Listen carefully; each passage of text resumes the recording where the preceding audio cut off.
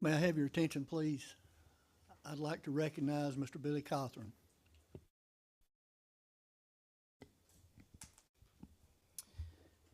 If you would, let us pray. Lord, we come to you tonight. Thank you for your many blessings, those that we've seen and some that we haven't seen, but we know that they're there. Thank you for the community that we serve, the school that we serve, and the people that make up those. We pray that your blessings continue upon us. We thank you for the rain that we have today. As we proceed with our meeting tonight, pray for your wisdom, guidance, and discernment. In your holy name we pray. Amen. I'd like to call the meeting to order. If you would, please stand and join in the Pledge of Allegiance. I pledge allegiance to the flag of the United States of America and to the republic for which it stands, one nation, under God, indivisible, with liberty and justice for all.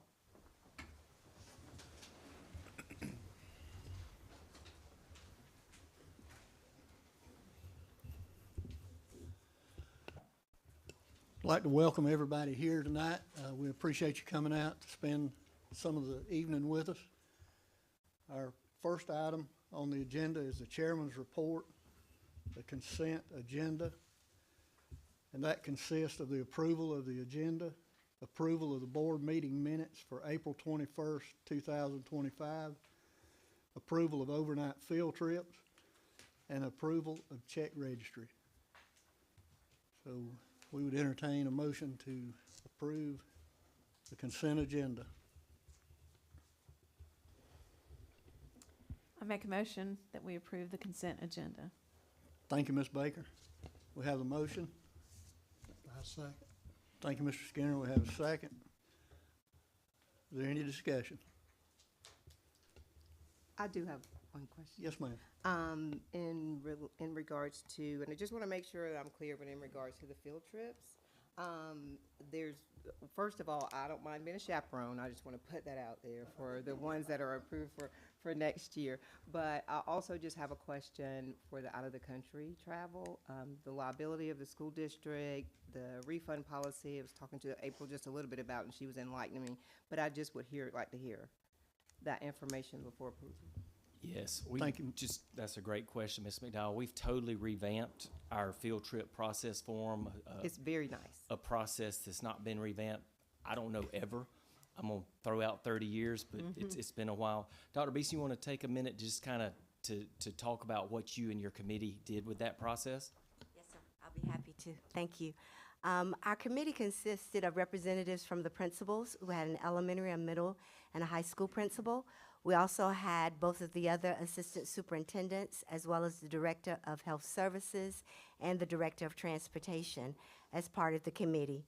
And together we looked at the old form and we made some decisions regarding what this really needed to look like moving forward. And so with the assistance of Josh Loso, he scripted this form for us, and we were able to send this out electronically to the schools for them to complete and then send in to us with the signatures as well as the itinerary. We did discuss liability. We also discussed refunds and travel insurance. Most of the out-of-country already have that included as part of the agreement with the tour company that typically takes care of that. But in the cases where that is not the case, the schools are offering that as an option to the participants, and that's how we've kind of tried to cover that, not making it mandatory if it wasn't included as part of the tour company's policy, but giving them the option if they chose to. Does that cover like a travel ban, a potential travel ban or something like that? Yes, ma'am. Okay. And that was one of our main goals, was to make sure that because these are 2 years out, roughly 2 years out, and anything can happen in a 2-year time period. So making sure that if in fact there was a travel ban, people would be able to get their money back, probably minus $50, that non-refundable Yeah. $50. I do want to commend you all for that beautiful, very easy to read form. Thank you. Thank you. I want to thank Dr. Beeson and her committee and Mr. Loso. A lot of work went into that. And guys, that came from questions from y'all. So thank you for your feedback. We were able to take that feedback and improve that process. So thank you. Okay, any further discussion? Seeing none, all those in favor, please signify by raising your right hand. Any opposed? It's unanimous. And while I have you, just to put this thought out, traditionally, our June meetings are casual, a little less formal. If there's no objection between now and then, my suggestion would be let's keep it casual. Yeah. Thank you for that. Our next item, Dr. Smith, Superintendent's Report. Thank you, Chairman Rollins. And Paula, just make sure you get in the minutes that Chairman Rollins just said in front of everybody, I don't have to wear a tie at the next meeting. That's what he was really saying. Okay, just to be clear. Thank you, Mark. It's a joyous night to be here. It's our last school board meeting during the school year. Of course, we'll have one in June to approve the budget. We've got a great crowd tonight. We're going to honor some students. We're going to talk about a wonderful Rhythm of Joy prom and a D1 movie night. We're also going to recognize an outstanding teacher of the year here. And then finally, I'm going to end up with a staff survey update for the board. But I'm going to turn the program now to Ms. Center. She's going to help recognize some students that we weren't able to recognize last month. Thank you so much, Dr. Smith, Mr. Chairman, board members. Welcome guests this evening. I am Erica Center. I am the Director of Elementary Programs and Fine Arts. And as Dr. Smith just alluded to, at the March board meeting, I failed to recognize 4 very special students from Campobello Grandland School that were recognized for the South Carolina American Choral Directors Association All-State Honor Choir. So if these 4 students will come forward when I call your name. All from Campobello Grandland School, Anya Atkins, All-State Honor Choir.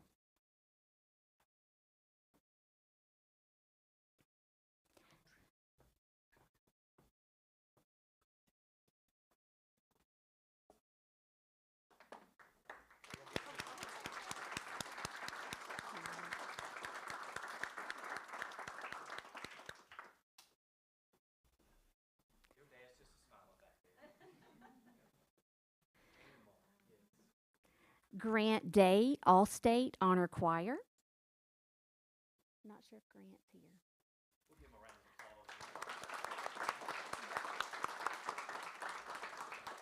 applause. Cole Moss, All-State Honor Choir. Let's give Cole a round of applause.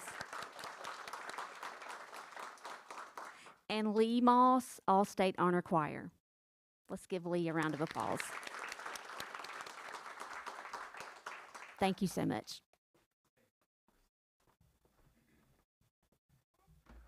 We also want to recognize tonight a state champion. And it has been my practice since I've been here, whenever somebody wins either individual state championship or a team, the district and the school board do something a little special for that person. Now, we hadn't won a team championship since I've been here. It's been individual, so I'm sure the team championships are coming. But Mr. Silas Woodard, would you please come down here and join me at the podium? For all those watching, all those here, Silas won a wrestling state championship. What was the weight division, Silas? 138. And I'm getting older, but I still think I can handle myself. But I'm going to tell you right now, I'm scared of this guy. State champion. Let's give it up for Silas Woodard. Come over here and get your picture.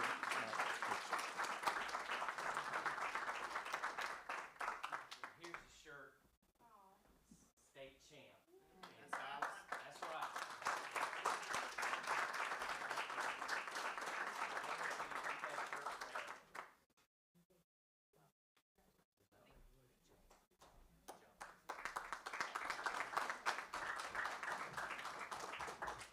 A lot of work went into that. That was countless years of training with his mom and dad supporting him, and his parents are here. Would y'all please stand up? Let's give his parents a round of applause.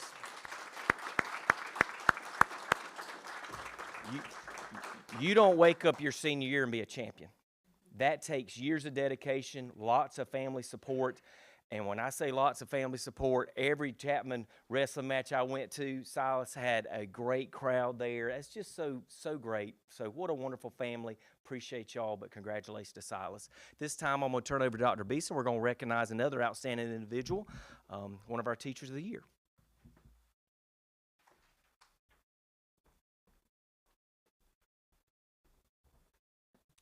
Thank you, Dr. Smith. I'm going to ask the representatives from the Boy Scout that will be helping me with this, if they would join me at this time.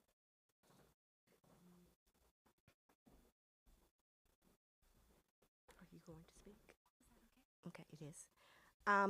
The Palmetto Council partners with 15 school districts across a 6-county service area to recognize an educator in every district in the spring of 2025. This year, we nominated our District Teacher of the Year, Allison Thornton.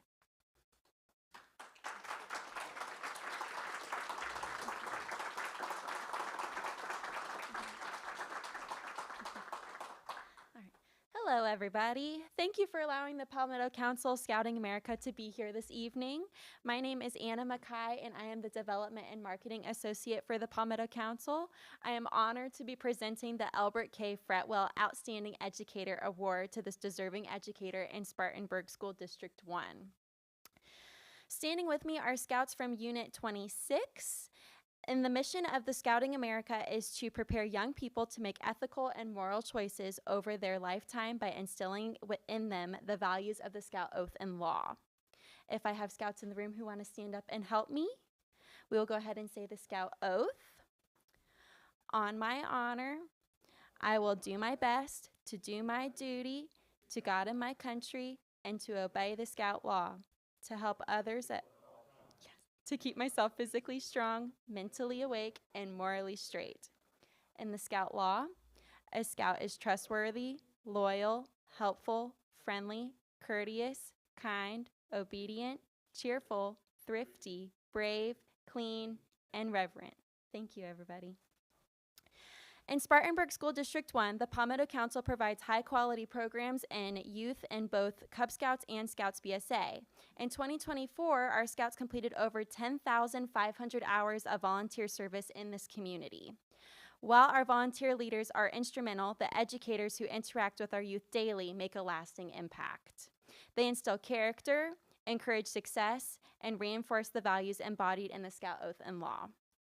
The Albert K. Fretwell Outstanding Educator Award was established in 2016 to recognize educators who exemplify strong character and inspire students to do the same. Dr. Fretwell served as the second Chief Scout Executive of Scouting America and was a renowned Columbia University professor who championed the role of extracurricular programs in shaping successful students. Tonight, we are proud to recognize an educator from Inman Intermediate School who has dedicated herself to empowering her students every day. Ms. Thornton, you've already joined us at the front.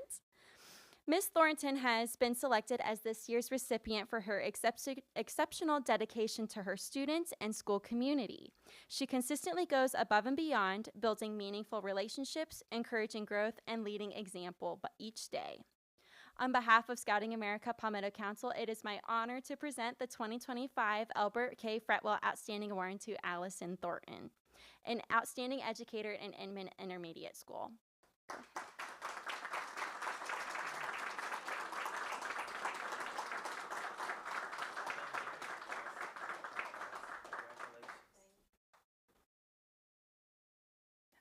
Congratulations again.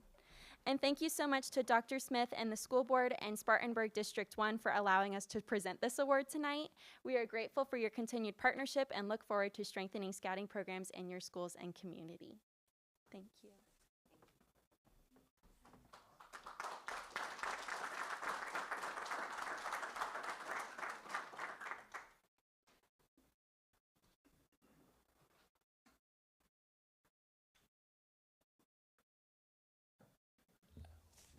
Now I'd like to, somebody get my PowerPoint going here real quick, please. Just like to share a couple photos. We had a fantastic night on March 28th at our Rhythm of Joy Ball. Just so you know what that is, that's our first ever special needs prom, where that was sponsored by Landrum High School and Chapman High School Student Council. So we had both schools working together. We were able to have a couple board members stop by to see this party in action. We had over 25 students participate and over 30 students participate from Landrum and Chapman Student Councils. It was quite the wild night. They were dressed up in beautiful attire, and man, did we dance. And I say we, I still got some moves. Don't hate. I still got some moves. We had a really good time. And I want to thank the Cliffs of Glassy Outreach. They gave us a $5,000 grant for our evening that paid for the tuxedos and dresses and the food was amazing.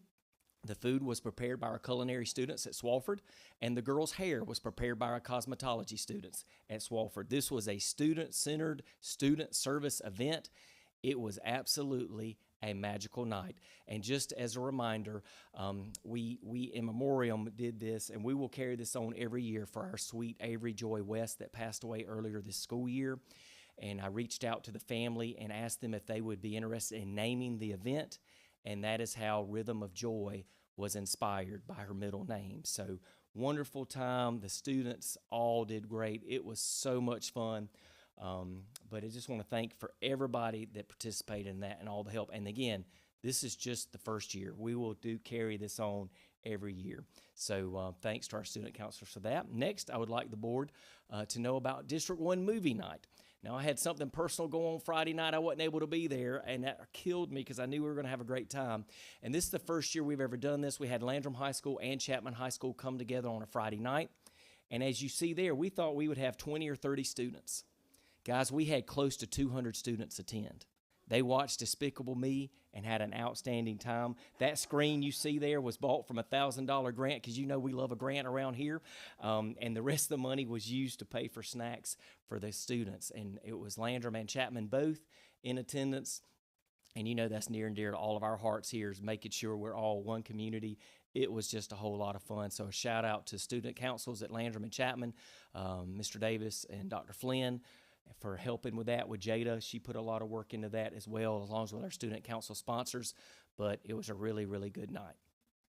Thank you. Is that the last one?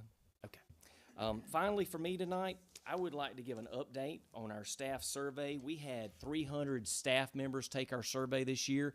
Now, that's a little down. The first 2 years we pushed out the survey, we had around 450 folks. So the first year was around 460. I think last year was around 450. This year's around 300 respondents. The things that we're doing well that I would like to report on that our staff want us to continue to do. They noted our support for struggling learners, and specifically the district's use of interventionists in reading and math. So that was a big win. Also, work-based learning, internships, where we're going, big win. And what I would say to that is you haven't seen anything yet. We're just getting started. Some of you seen on social media, we're going to have 5 interns through the district this summer. So that is the wave of the future. So that was pointed out in the survey. Safety protocols, the weapons detection was a big win. The staff noted that made the schools feel safer with the weapons detection system, and also the presence of additional SROs. So thanks to the school board for that investment. Fourth, extracurricular programs such as the arts and athletics. Every year I've been here, athletics and arts and athletics, and praising what we're doing here in District 1 to continue to develop the whole child, no matter what their area of expertise is. So that's encouraging. Another area of praise was supporting teachers' autonomy and encouraging innovative teaching methods. Next, they love Blue Jean Day. They absolutely love Blue Jean Day. 2 more. The seventh thing that I wanted to mention was positive atmosphere.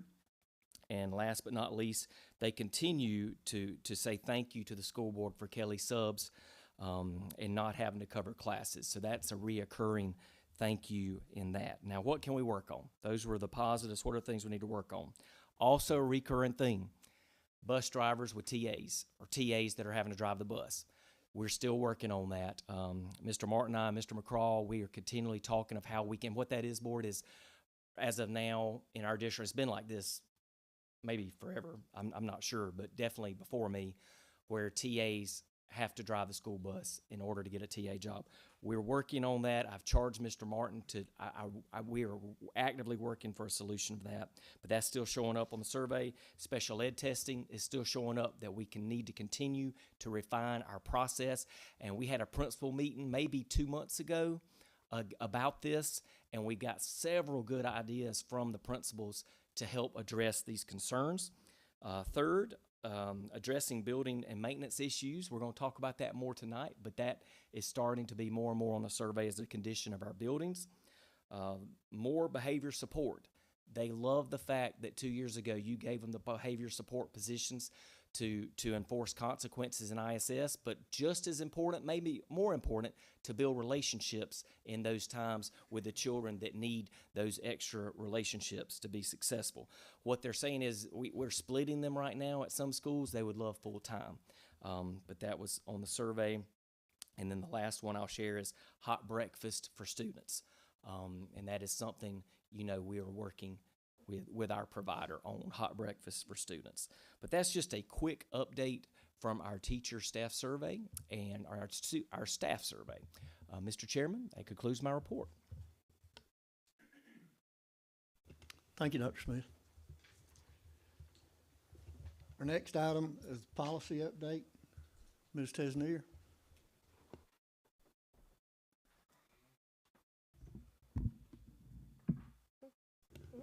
Excuse me, Jay.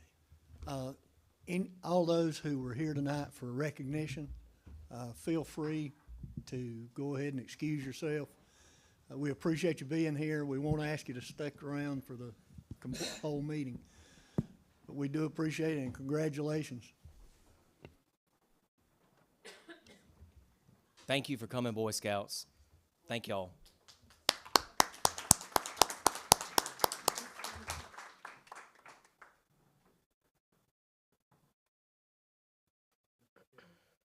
May I say something before, in reference to something Dr. Smith Yes, sir. Go right ahead.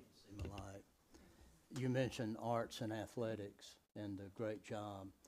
I attended several of us attended the retirement luncheon at the school and the rotunda at Chapman.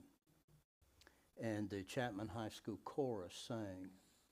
And I would say that is one of the best kept secrets of the Southeast, is the choral program at not only Chapman High School, but all the schools that I have heard. My grandkids are in Campobello Grambling. They amaze me with what that teacher gets out of them. And we were fortunate to hear the Chapman chorus at the conference, school board statewide conference this year. And I thought I was sitting behind Debbie and her husband, and I heard them both when we were in unison. We just said, wow. And I didn't think it could get any better. But that group in the rotunda at Chapman, I closed my eyes, and I don't think I have ever heard, and I've heard some good ones, a high school chorus with that quality and that maturity of sound and quality. And being a musician and a former music educator, I get tore up about that, just like it's a state championship game. And to have 4 students from Campobello Grambling, in the music world, that is our state championship, to be named to All-State chorus and band. They don't have individuals. And to have 4, and to reflect on our meeting that we had at Landrum, and they named all of those students from the schools that had been named region and all-state honors, is amazing. And I'm sorry the chorus teacher got out of here before I could say that, but I was blown away by Chapman High School chorus. It was absolutely beautiful. And when we see those people, let's remember to encourage them, because some days are long and drudgy and rainy like today. And when that sun comes out and shines like that, and we see this prom, wow, we got a lot of great stuff happening, and I just wanted to point that out before everybody got gone. Thank you, Mr. Vanderford. And Yes, I would sir. say all that is made possible by this school board and our community. So it's a big thank That's you to the right. school board for focusing on the arts and athletics. It's the total child. It's not just, it's whatever that child loves. And I appreciate that so much, Gene. Thank you so much. You're welcome. Thank you, Mr. Vanford. You're welcome. Ms. Desnier? Thank you, Mr. Chairman. Good evening, Board of Trustees. Tonight, we bring forth 10 policies for the first reading. Keep in mind, first reading, verbiage can change from first to second. And I'm just going to go through the codes and their headings. EA, support services and priority objectives. EB, environmental and safety program. EBA, hazardous materials. EBBA, prevention of disease, infection transmission. EBC, emergencies. EBCB, safety plans and drills. EBCE, school closings and cancellations. EC, building grounds, property management. ECA, security. ECAC, vandalism. I'll be happy to answer any questions, suggestions from the board as well.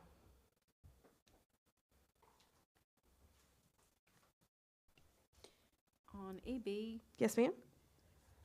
and I talked briefly with Dr. Smith about this, Mhm. on the last paragraph, and this is, we don't currently have this, or we do currently have this? EB is a new policy. Okay. I liked everything. I just had a question about the last one. In terms of instructional programs, do we address risky behaviors as part of safety? And we talked a little bit about vaping, and things like that, and it may fit better somewhere else, but, do we want that in here as part of safety? Because when I was back in the day, we did the scared straight thing where they brought the prisoners in and they told you why you didn't want to go to jail for life. So I was thinking something like that, where there's someone who comes in that's been harmed perhaps by vaping or something. Sure. That's more of an educational approach as opposed to just you're in, Well, and if, certainly, and we can even elaborate to, impaired driving. Recently, Chapman High School, and soon to be Landrum High School will have a brand new, program with the partnership of Spartanburg County Coroner's Office, offering, the simulator that goes around and, teaches children about the dangers of impaired driving. So I can certainly look into, and I don't know if this is the appropriate place, but it Sure. was just talking about, the Yes, ma'am. practice of safety is an integral part of the instructional program, so I didn't, and they listed fire prevention, emergency procedures, blah, blah, blah, but I just didn't know if we wanted to put some risky behaviors or just leave it like it is. But Okay. that was just a thought on that one. And then, I didn't, I don't know if anybody else, EBAB, hazardous materials, and I know it's not necessarily hazardous, but it lists such substances may include but are not limited to the following, and it's got, paint thinners, solvents, pesticides, art supplies, et cetera. I wondered if perhaps, is this the place that maybe prescription drugs might go, that a teacher might have, or is that Well, somewhere else? teachers should not have prescription drugs. That should be kept with the nurse. Mm-hmm. So I think this was mainly talking about your classroom materials. Mm-hmm. And whenever, I don't know if Officer Harmon is close by, but whenever he and I sat down to go through this policy, he actually added in the suggestion about the science supplies on there, because that was not in there. So, So prescription drugs shouldn't be in the classroom at all? correct, Shouldn't be, correct. okay.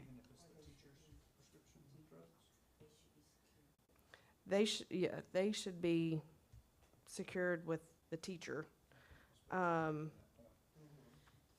Okay, yes.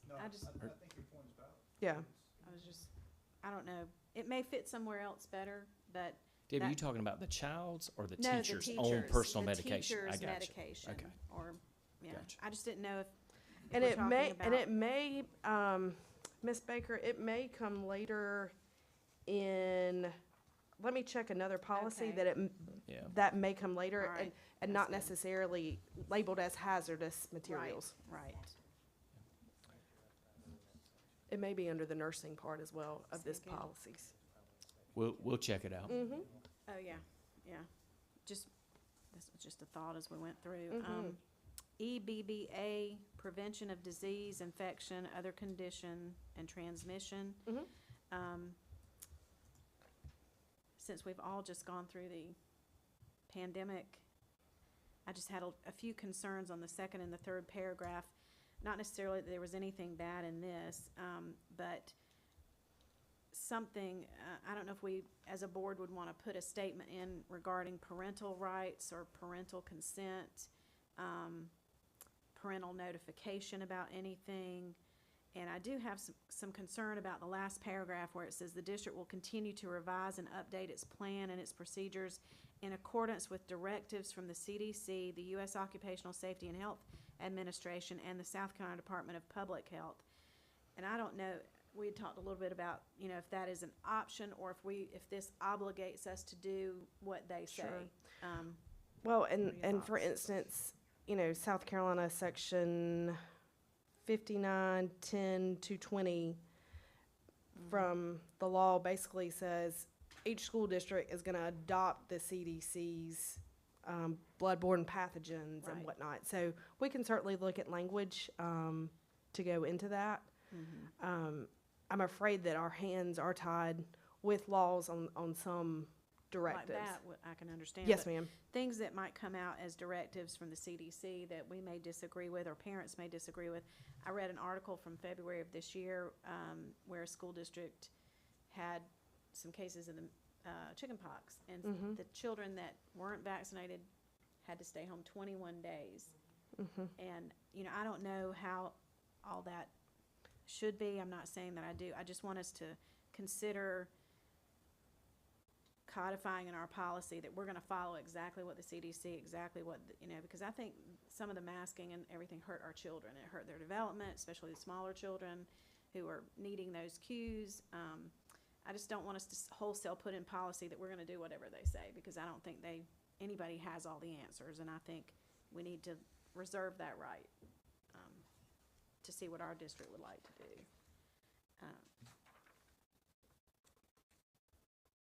And I'd like to hear what everybody else thinks about it too.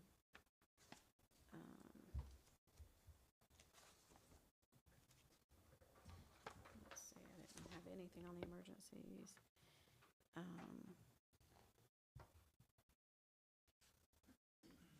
On the EBCB, safety plans and drills, I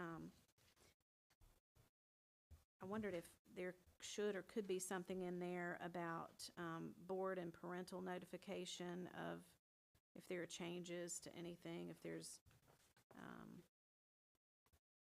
that was just a thought on that one. Okay. I don't know.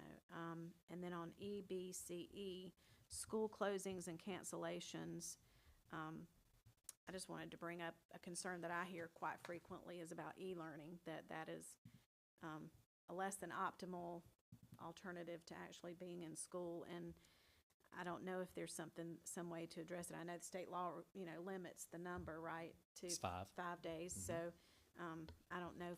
I just wanted to provide that feedback. I hear a lot about e-learning, more than probably most everything else, is that it's not loved by everyone.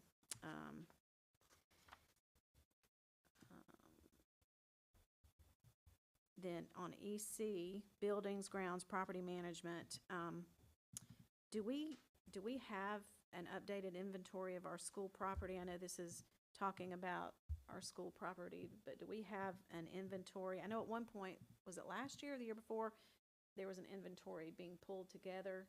I wondered if that was ever completed, or do we just keep track of things that it's like over a certain dollar amount, like everything that cost $1,000 or more? I don't know. I will defer to Mr. McCraw on that. I know that he has a compiled list. Am I correct, Mr. McCraw? We have to asset tag anything that is over $5,000. Okay, Those items are asset tagged and documented. Thank you, Mr. McCraw. thank you.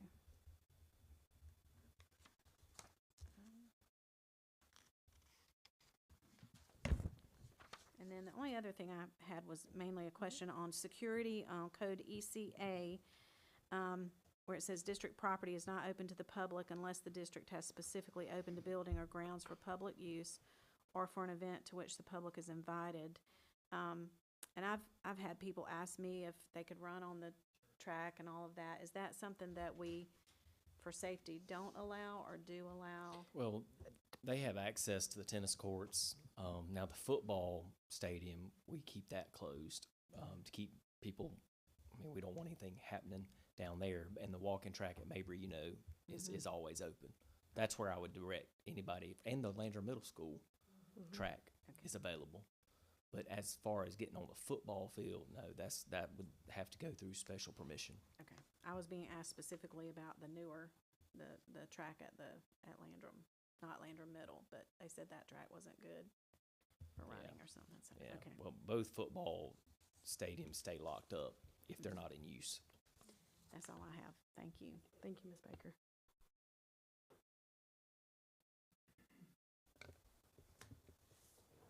Mr. Chairman, may I speak? Yes, ma'am. Ms. Tessner, my question is in regards to the update on our website. I've had several questions regarding our policies are not out there. And my understanding is that we go through our South Carolina School Board, it has Yes. to be formatted and, They have updated section A, okay, currently working on B. okay. And so I will reach out to them and see where they're at in the formatting of those. But that is the process, though. Yes, ma'am. We- It all, you give us- I don't even have access to that website. Right, right. They control all of that. How are they notified when we're ready to Through, get? through email. Okay. Like, for instance, if there's any huge changes by the board, from a model policy that they give us, you know, small verbiage, that they approve, but if there's anything legally, you know, they'll look into it between the first and second reading, and then I send them, the policies after the second reading that the board approves. Okay. So, Is that part of their services they provide us? it is, we, Okay. All righty. And Thank you. it Thank you. does seem like it's taking them a year or more to get things up, and I think that, I mean, if we've passed the policy, they ought to be able to plop that thing up there really quickly so everybody knows what the new policy is. yes, ma'am. So can you call and yell at them again? I will, yes, Please, ma'am. thank you. Any more suggestions?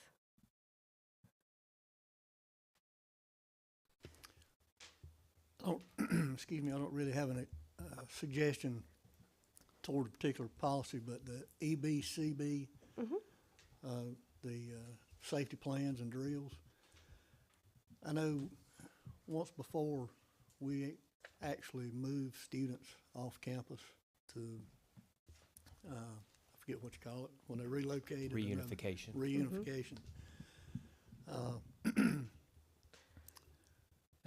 Is that anything that may be on the horizon or that? We have a do? reunification plan. Okay, We do. well, that's, Yep. But- And Jeff Harmon's got that, and it's something he works on with the sites and the folks, but it's something we keep private so that, you know, no one would know our plan to No, I where we were understand. taking the children. right. But is that anything that we would actually drill, that we would actually participate to? We have not done that. That would, it's something that he has drilled with. That's how we started this year with staff, with certain staff. He took them to the sites, but not the children. You made me think of, Thank you. because didn't they do that before and there was a timing issue? Mm-hmm. Yeah, who We remembers Okay, did a reunification plan with Holly Springs Motlow, in which we had the whole command center. I don't know if y'all remember, it was pretty huge. And then we did a reunification with OP Earl Elementary, especially going through the motion of the PCD class there. And we did learn from those drills. But since, you know, since that time, we've learned that the location of the reunification does need to be, as Dr. Smith said, secure for many, many purposes. So that's something, as Dr. Smith said, we started off the year, many members of the cabinet went there and went to the reunification location. and did kind of a small simulation of what would happen, and it was very beneficial. And we've kind of made that a tradition that we'll go there to keep it fresh in our minds. And then a good part of the summer, we do meet to discuss that reunification to see if we need to update it. And Officer Harmon is wonderful about keeping the latest tabs on the unfortunate tragedies in America. And he learns and studies from those, and then goes back to our reunification plan and kind of sees, is there a possible hole there that he could plug? And I would like the board to know, we have a district safety committee that meets every 2 weeks. It's every other Friday in my office. That is a standing committee, and that is throughout the year, because it is absolutely the most important thing we talk about. It's the safety of our children and our staff. Jeff does a great job of leading that and running us through the latest what's happening in the nation. And we talk scenarios. There's a lot. Transportation's part of that. Health. Our director of nursing, Kelly Fleming's in there. Casey's in there from the cybersecurity aspect. Jason with operations. Jada with communications. Dr. Beeson, just everything. Okay. And then I'm in there as well. And we are just constantly going through what's happening, because that's something we cannot come up short on. Not saying we're perfect, but it is our constant attention, and very, very important. And we've learned a lot from that. And just by having that open forum of discussion. And now, I require every school to have a safety committee. So every school in the district has a safety committee, and they're required to not eat. I do plenty of that. But they're required to meet at least once a month. Ours is twice a month. The schools meet at least once a month with a similar makeup of people, just because the principal or the superintendent, sometimes we can come blinded to the day-to-day, and you don't want institutional blindness on that committee, so you have a wide array of folks from different backgrounds on that. But those are excellent questions. Dr. Smith, I do have another question. Do we have any outside agencies who go through the safety drills with our personnel? Who does the safety drills? The school level folks do that in coordination with Officer Harmon. He doesn't go to every school for every one, but he's monitoring those throughout the school year, and they have to report to him their documentation, because these are actually, it's a state law to do 2 active shooter drills a year. I believe it's 2 weather-related earthquake drills, the tornadoes in there, and then there's monthly fire drills that are mandated by law, and he shepherds all that in his department. And don't we have relationships with Landrum Fire and Inman Fire and the police departments that Absolutely are integrated in with that? Jeff's in constant communication with our local folks. But thank y'all, great questions. Thank you. Mr. Chairman, real quick. Policy ECAC vandalism, the first sentence in that last paragraph, I would suggest just a minor rewording. Mm-hmm. Instead of will be trespassed, I would suggest changing that to may be trespassed, Okay. just so policy doesn't paint you into a corner. Yes, sir.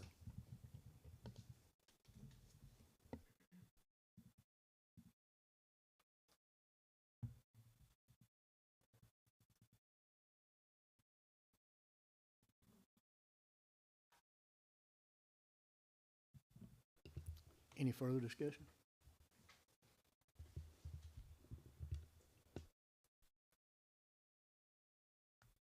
Ms. Tessner? At this time, administration recommends the first 10 of E for the first reading.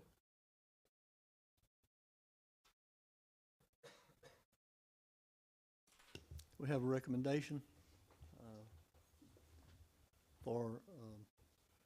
to approve of the first reading for these policies presented. Do we have a motion? I'll make a motion that we pass the first reading of 10E as presented. I have a second.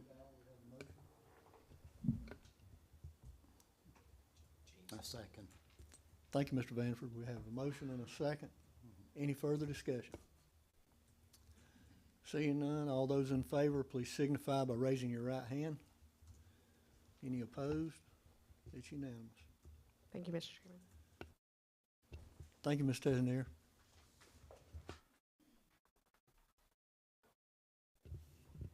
Our next item on the agenda is a policy, personnel report.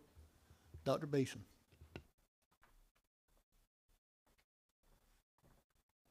Thank you, Mr. Chairman and board members. It's my pleasure to make a recommendation tonight for the head football coach of Landrum High School. He is coming to us in the person of Coach Mikey Reed, if I may call you Mikey. Is that okay? We went through an extensive interviewing process. We were elated with the number of applicants, and through this process, Coach Reed really excelled above everyone else. I wanted to share with you a couple of the main things that he shared with us as he interviewed, and that the most important things are his 5 important aspects to having a successful program. The first one is character, followed by accountability, followed by responsibility, then discipline, and lastly, the final aspect is standard. The standard of Landrum football encompasses all of the above aspects. When the team breaks it down on cards, they are promising to uphold these traits in a way that will make Landrum High School, the football team, and their families proud. We believe that Coach Reed is going to excel the athletic program in the area of football at Landrum High School, and we would like to recommend your approval of this.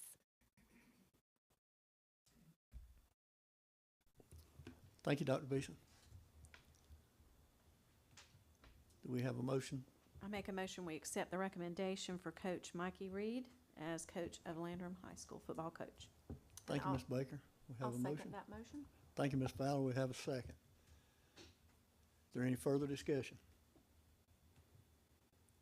If not, all those in favor, please signify by raising your right hand. Any opposed? It's unanimous. Congratulations, Coach Reed. We have Coach Reed and his family here with us tonight. Coach Reed, if you want to come up, and family, if you all want to join him. Yes. Come on, baby.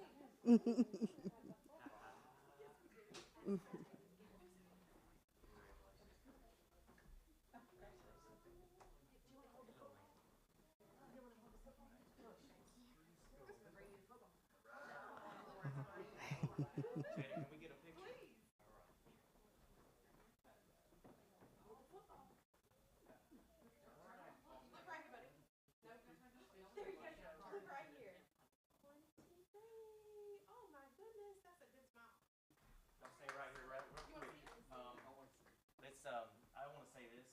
This was an extremely competitive process through multiple layers of interviewing. And what I want to tell you, what struck me most about Coach, when we're in this second final round of interviewing, we always let people start. You always let people, you want to hear the first thing comes out of their mouth because it says a lot. And in front of you, board, in front of our community, I want you to know the first thing in front of you coming after Mother's Day. The first thing out of this man's lip was, I love my wife and I love my children. That is District 1. And that's going to go over really well. And win some football games.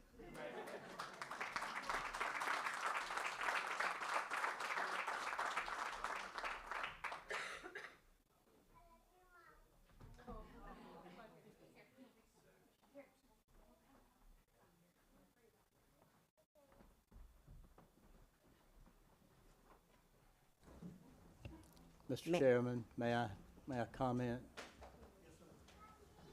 Coach, Coach Reed. right here.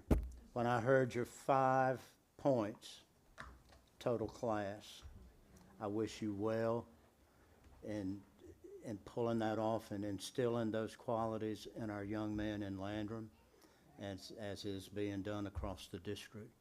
And you got my 1,000% support. We're lucky to have you. Yes, sir.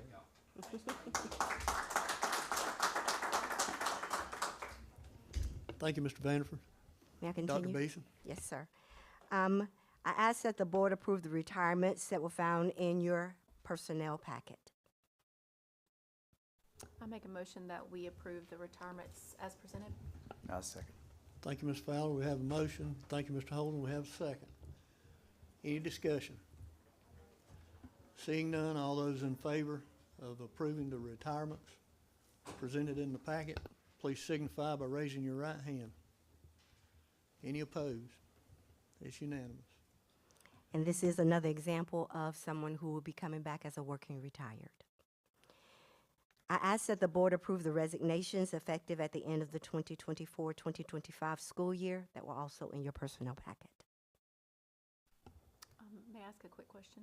Yes, ma'am. So I noticed that 2 of those teachers will be coming back. Am I correct in what I'm seeing?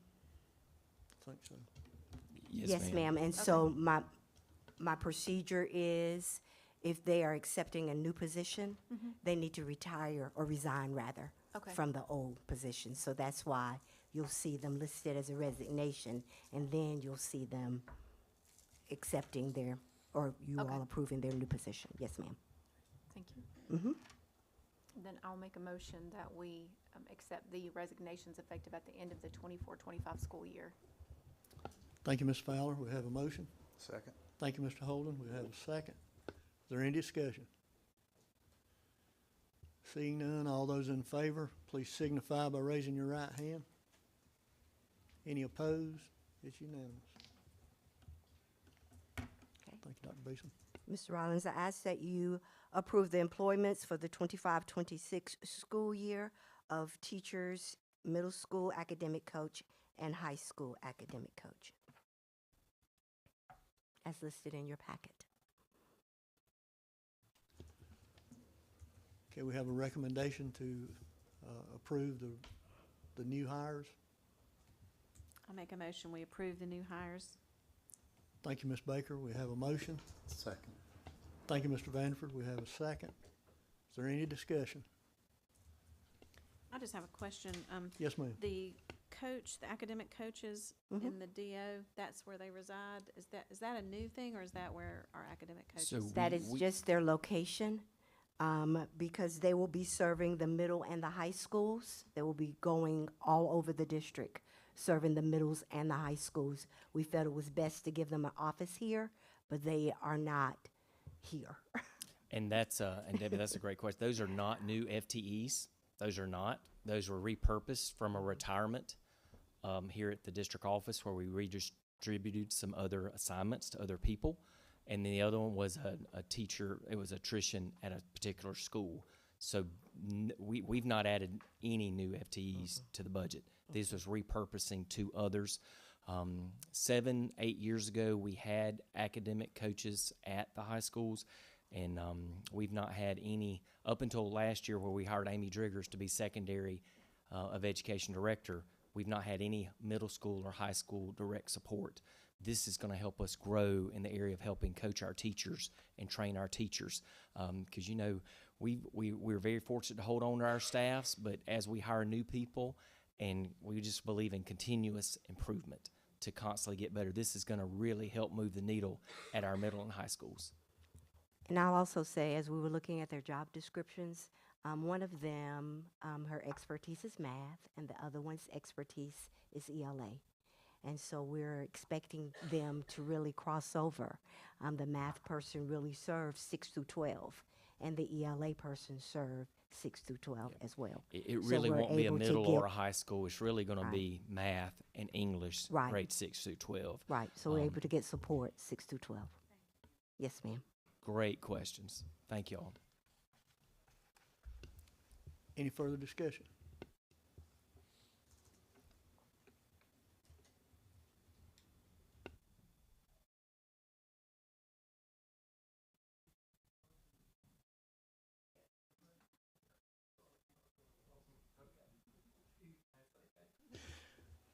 All right. Seeing none, all those in favor of approving the new hires in our packet, please signify by raising your right hand. Any opposed? It's unanimous. And lastly, Mr. Chairman, I ask that you approve the administrator employments for 2025-2026 to assistant principals. Mr. Chairman, I make a motion that we approve the administrator employment for 25-26 school year. Thank you, Ms. Fowler. We have a motion. And a second. Thank you, Mr. Holden. We have a motion and a second. Is there any discussion? Seeing none, all those in favor, please signify by raising your right hand. Any opposed? It's unanimous. Thank you. Thank you, Dr. Beeson.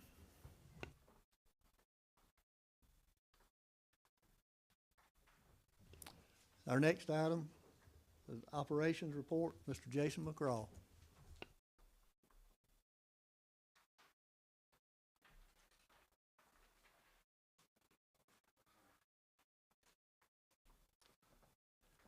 Thank you, Mr. Chairman, Dr. Smith, school board members. I feel like we've met about every other week. So, I guess that means y'all like me, or you?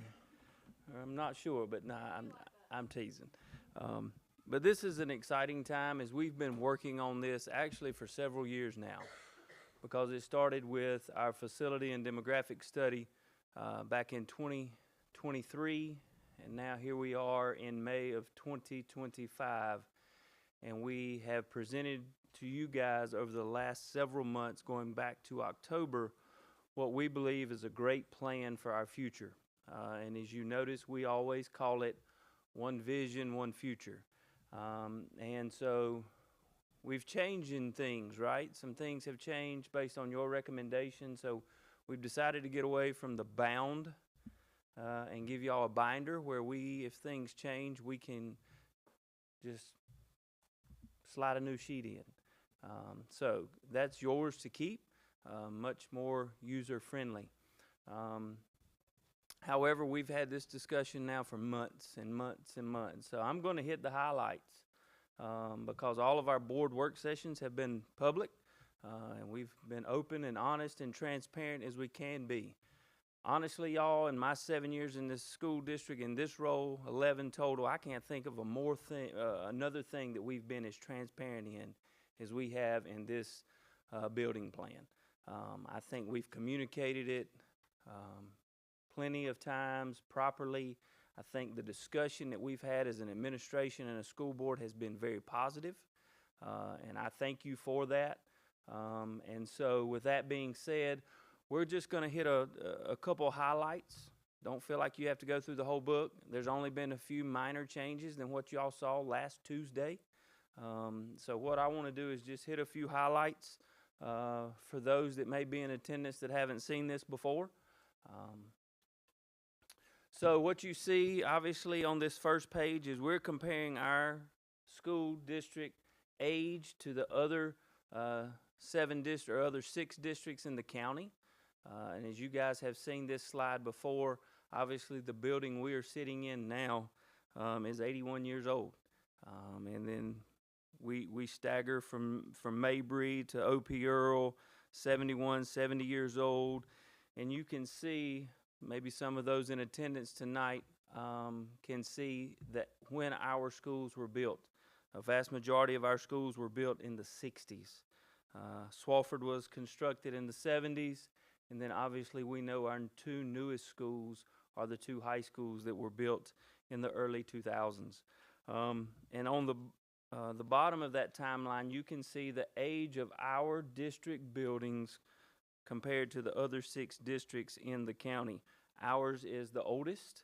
At 58 years is the average age of the buildings in our school district. If Dr. Smith has told y'all many times that the average age of schools in the state of South Carolina is 48 years. We're 10 years over that already. Spartanburg 4 is at that mark, but as you know, they are getting a brand new high school, which will bump them several decades ahead. So this is just a quick history glimpse of what we've been talking about over the years. Moving to the next slide, obviously we've given you the original construction year along with the various improvements or renovations that those buildings have had. Obviously at the two high schools, we've only had very minimal improvements, so that's why it's still sitting at construction year 2006.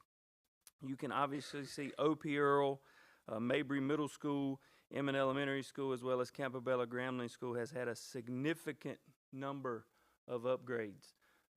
Now, when I say that, this does not include any time that we've added portables just to add space, okay? That would not be included in those years on that page.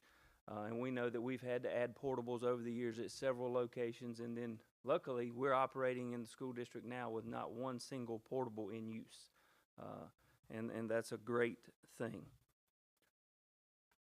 Moving to the next slide, this is our overall scores from our facility studies. And if you guys remember, 1s and 2s are not good scores. And as you notice, Mabry Middle School scored a 2 in every category. We have 5 different categories that we look at.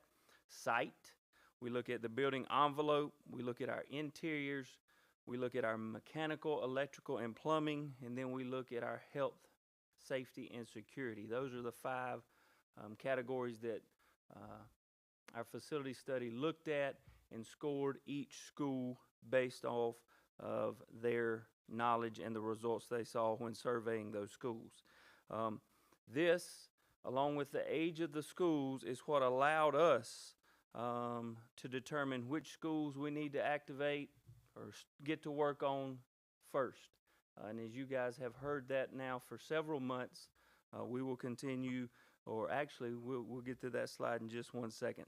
The final piece that we think is vital for you to understand, and we've talked about this page or this slide several times over the last several months, are all the different grade bands that we have here in Spartanburg School District 1. Some of them are unique to us, specifically in the county. We are the only, Emmett Elementary School is currently the only pre-K through 3rd grade school in the county. Holly Springs and New Prospect are the only 2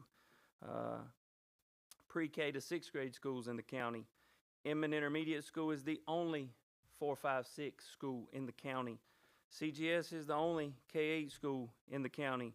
Mabry Middle School is the only 7-8 school in the county.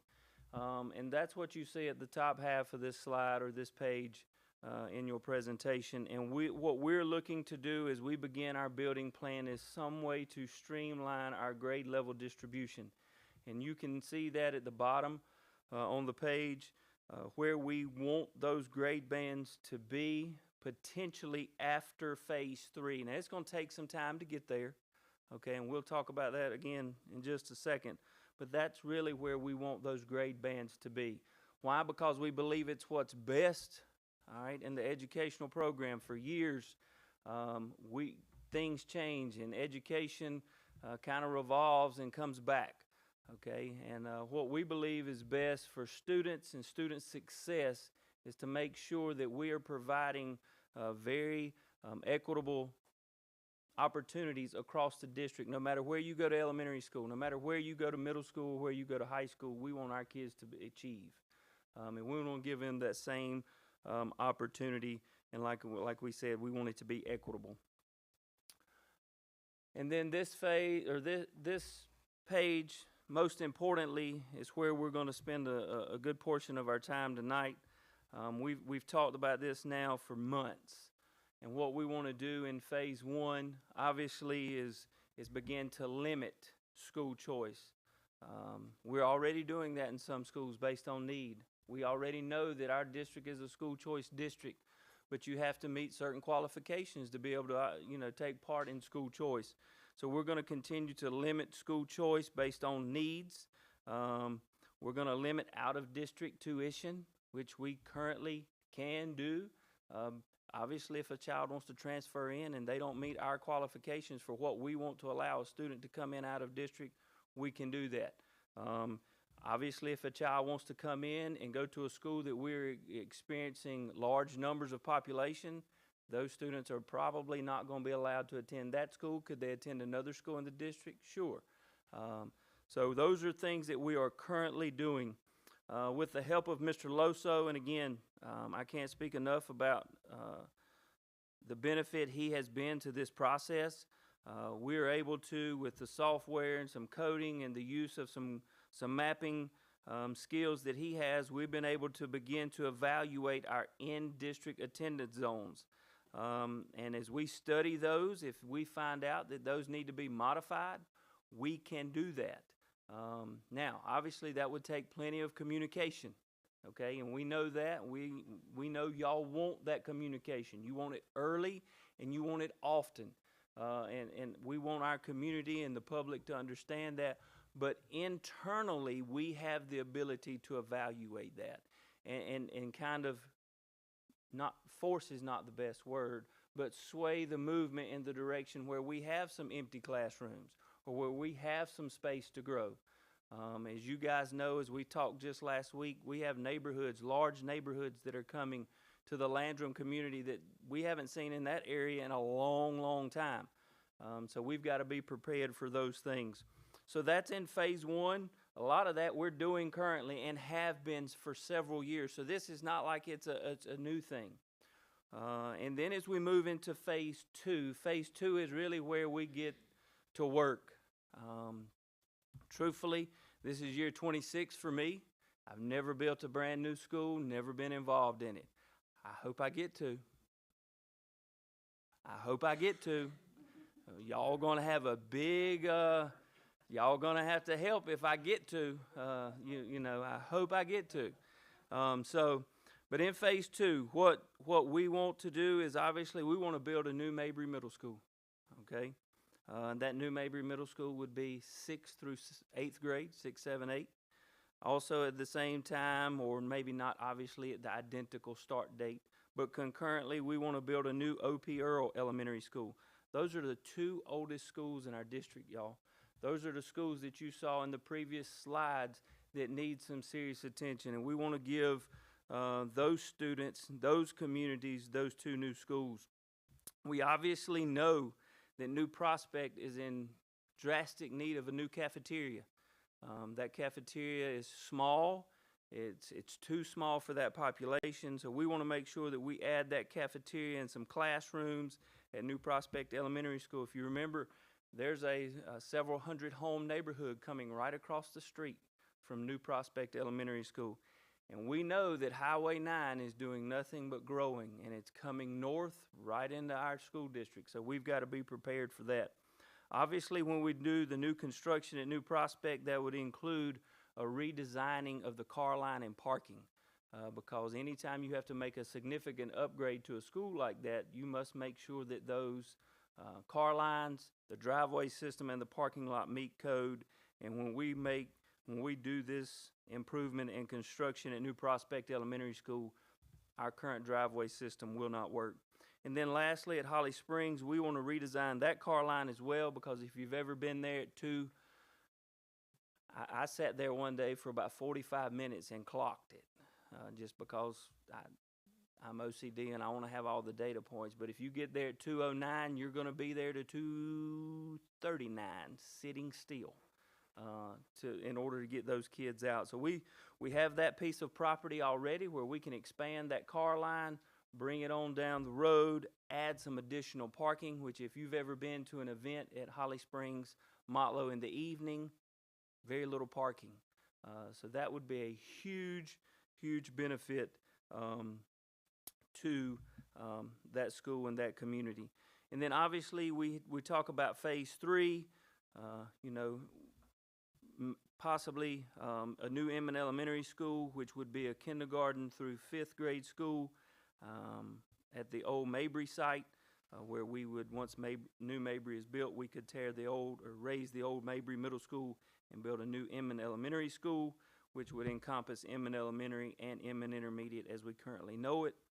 Phase 3, we will obviously evaluate Campobello Grambling School. And at that point, we'll have more information to determine if we need some new classrooms at Holly Springs, Holly Springs Motlow Elementary School. as always, it's also important for us as we build these new schools, because there will be at different locations, to do what we mentioned last week, is to reevaluate those in-district attendance zones, modify them if necessary, and something that would also benefit us greatly as we're frantically worrying about graduation on Thursday and where we're going to park all the buses that we currently park at Chapman High School, because every place we park a bus takes away 3 parking spots from cars. We really need centralized bus parking. So that would be at the end of phase 3. And then we see some potential long-term ideas as well. So I just really wanted to hit the highlights without going through all 60 pages of the document that we've spent many hours on. But I tell you, it's an exciting time.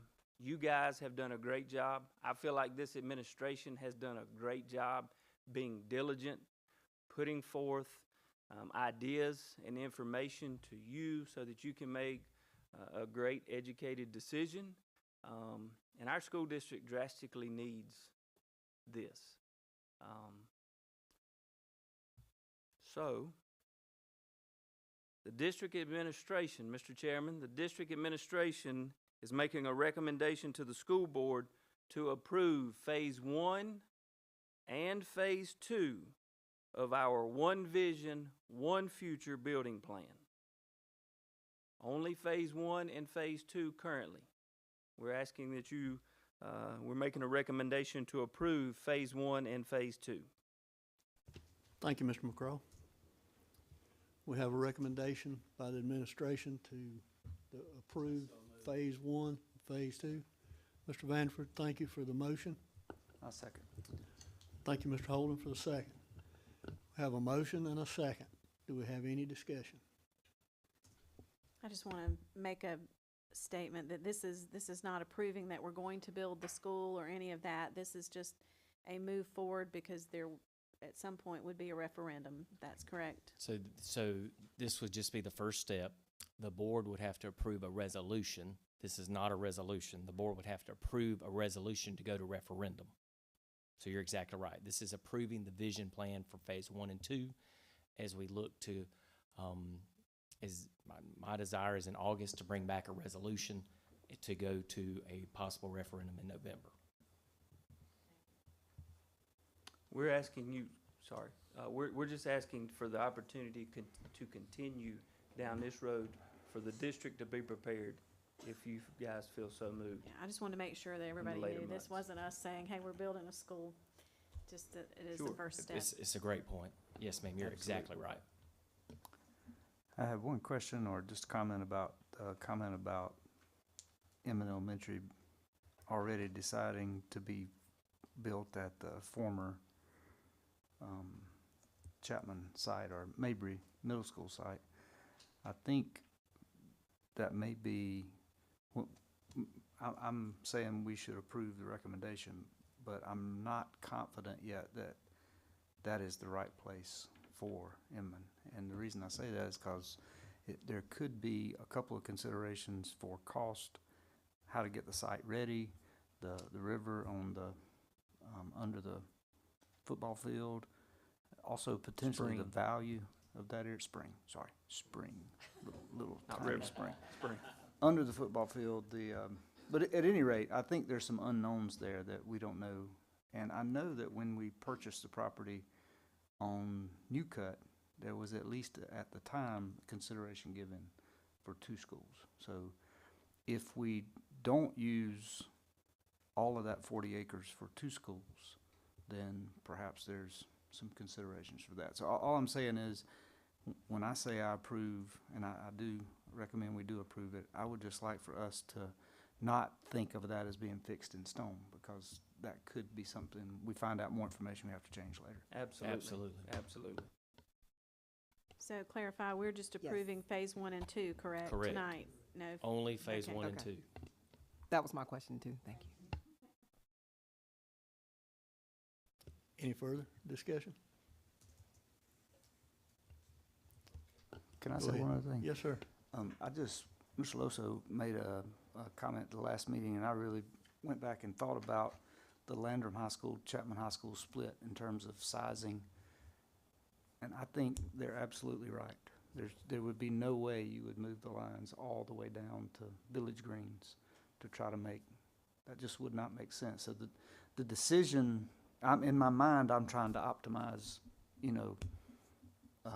school loading, but that would not make sense. And so I totally agree with what you guys have done.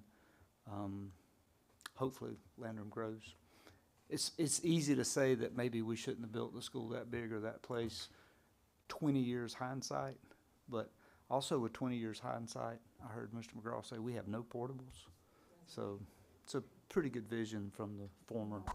I know Mr. Rollins was part of that, but y'all had done a good job. Absolutely, Mark. Those two high schools, people come and are so impressed with our high school facilities. So great job those years ago. Mr. Chairman. I agree with everything that Mark just said, and I think that the district office team they have listened to everything that we have said.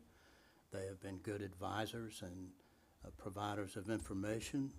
I think I also agree tremendously on, packing the schools.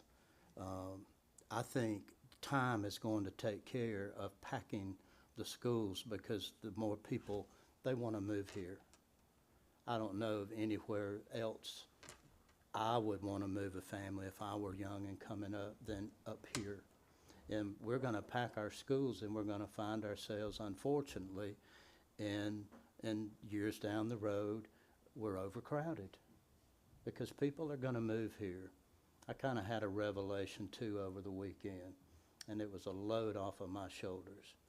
And I appreciate so much all that you all have done and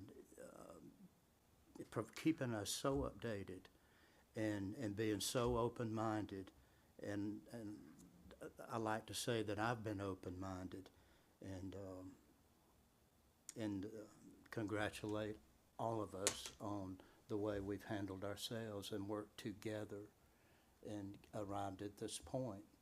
And you might as well get used. I can't get that out of my system. Thank you, Gene. Sharing how I feel, but Thank you so much. Speaking from somewhere that lives somewhere else, it is absolutely a great place to raise a family. I give you a big amen on that one. I left Lockhart to move my family up here. But I have Lockhart in my heart forever. I loved it. It's not the same place now, but it was very much like this. Thank you, Mr. Vanderford. You're welcome. Thank you. Any further discussion? I do Yes, have ma'am. one other question. I just want to make sure that I understand as well. As we go into, we're already into phase one a little bit. As we go into phase two, we're going to continue to evaluate as we move forward in phase one and phase two. We determine that maybe we need at New Prospect, something else, Sure. or so. I just want to make sure that we're going to continue to Absolutely. evaluate the plans that we approve and that we set. Yes, ma'am. Yes, ma'am. Absolutely. I think by moving forward, they'll just give them more opportunity to focus on what we're going to need, what we're going to have.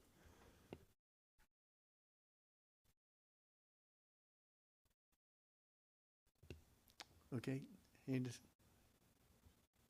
further discussion? Seeing none, all those in favor, please signify by raising your right hand. Any opposed? It's unanimous. Thank you, Mr. McCraw. Thank y'all.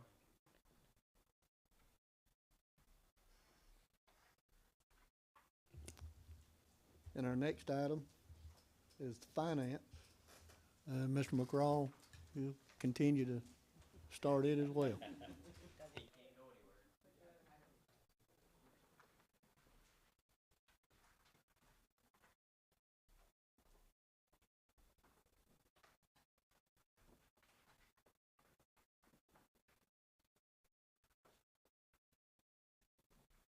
So you have this in your board packet. We'd like to give you an extra copy. Want to make sure that what we're giving you, you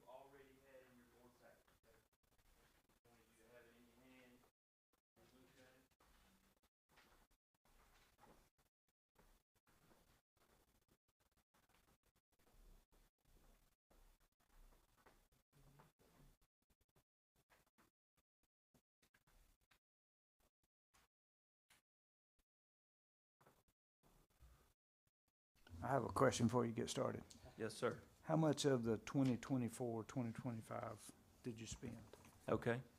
I got that too, because y'all wanted that, but I wanted to go over this and now give you that. But we're at 2.6 million currently, right at 2.7. Out of 4? What was? 5.7. 5 points, so roughly half. Mm-hmm. Okay. Yes, sir. And I have, Mind if I no, say sir. something before we get started? Just couldn't help but notice, but we appreciate you including the baseball and softball bullpen renovations. I know that came from a previous discussion, and we appreciate you making room for that. Yeah, absolutely. So, I'm gonna Before- try. Can I get one? Sorry. Yes. So our total capital fund right now is how much, just in general? Because you have Lacey she's shooting darts at me right now, but just under $6.5 million, because it carries over. Remember, Right. it does carry over. So if you don't spend it, it carries over to the next year. So we do have, and guys, I like to be very aggressive in what I want to do, but honestly, with procuring, and now that we fall under the state procurement policy, it's cumbersome and it's tough. But that's a good thing, because it keeps us out of trouble, and it keeps us ready for an audit. So it is And tough. guys, Miss Hudson joining our team as procurement officer has been a big win. Y'all got to hear from her early in the year. But Jason's right. It is a good thing. The process is slow to make sure we're handling it according to all state regulations. So what I want to do, just for the sake of time and not to keep us here to midnight. So Mr. Rollins, you made reference there on page 1. You'll notice the things that have changed, okay? Things that have changed I've highlighted for you. Those have come from your suggestions in board meetings. Those have come from principals.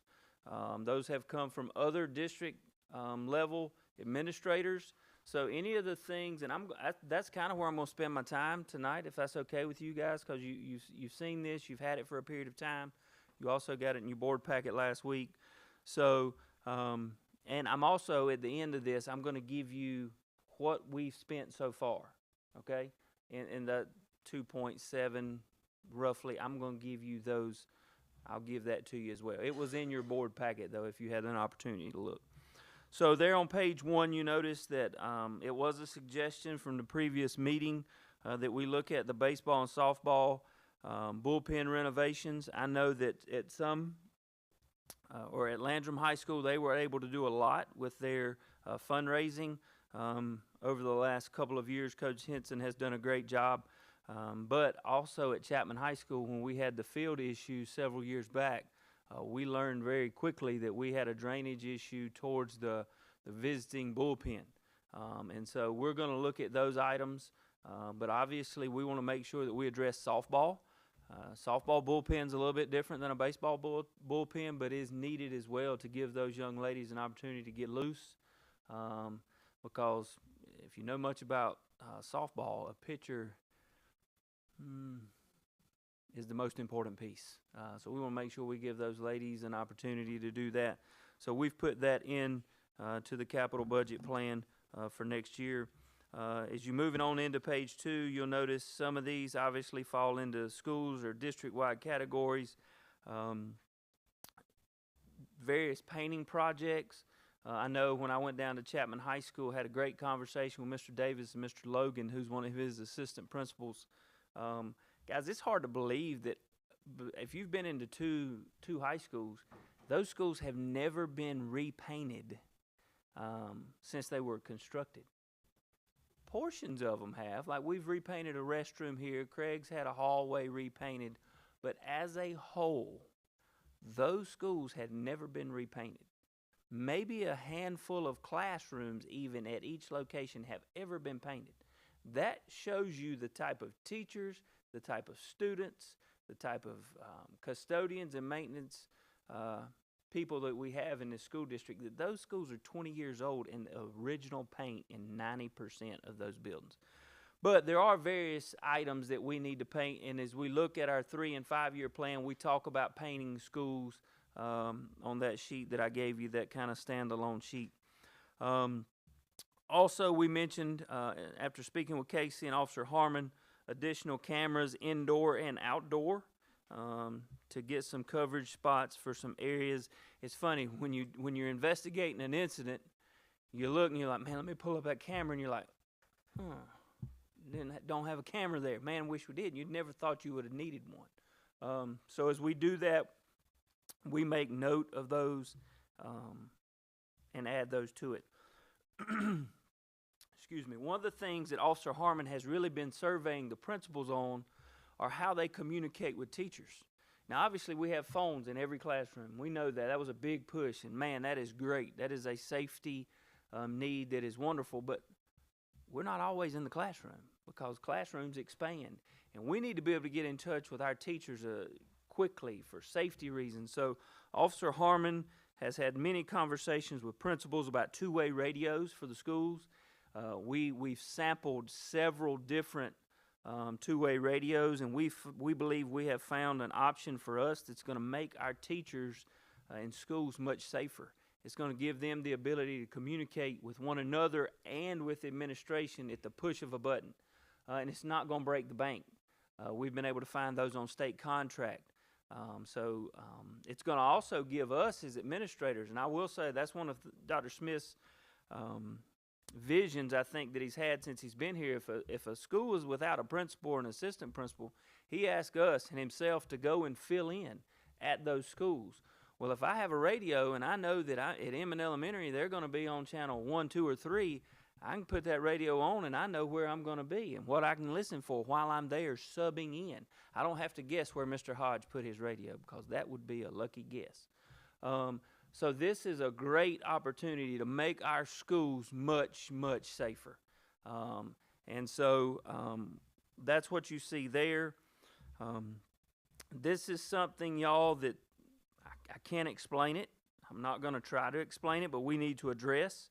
And I know Dr. Smith has put this as a top priority, is to figure out how we can get some restrooms that are much closer to Chapman baseball, softball. When those fans or spectators are there, it's a long walk all the way back up to the football stadium to use the restroom. And a lot of times we have some elderly people that just struggle.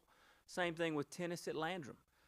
So we need an opportunity for those spectators and fans and parents and community members to be able to come and feel like they don't have to walk several hundred yards to get to the restroom. So while we would love something permanent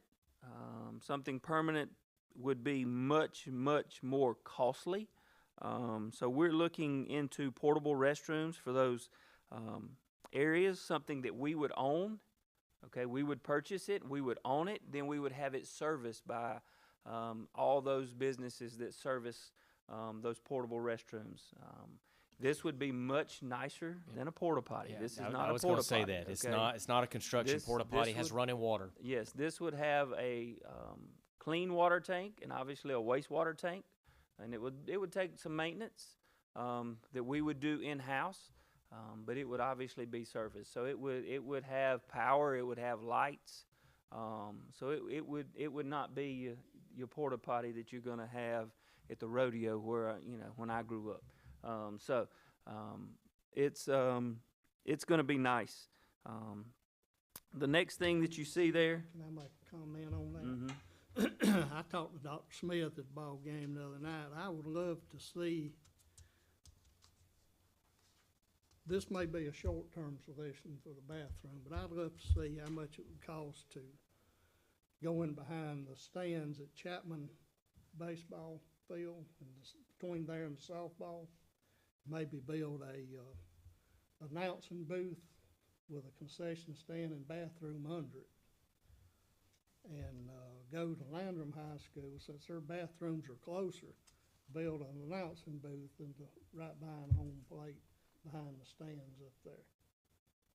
These people volunteer their time to announce and keep scores and everything else. They sit out in the rain and the cold, and of course that would solve the bathroom problem if we could ever get that. But I just, see what the cost would be, and if we can't do it this year, put it in the Coach, we budget open for up next year. tomorrow, I think, Lacey, the design bids are open tomorrow. They're and due They're tomorrow. due, so it's very, in short order, we're gonna have a design team on tap, and that's something we could easily ask them, is what would that look like, what would that cost? But yeah, that bid's due tomorrow, and Lacey, when will all that be final with the selection?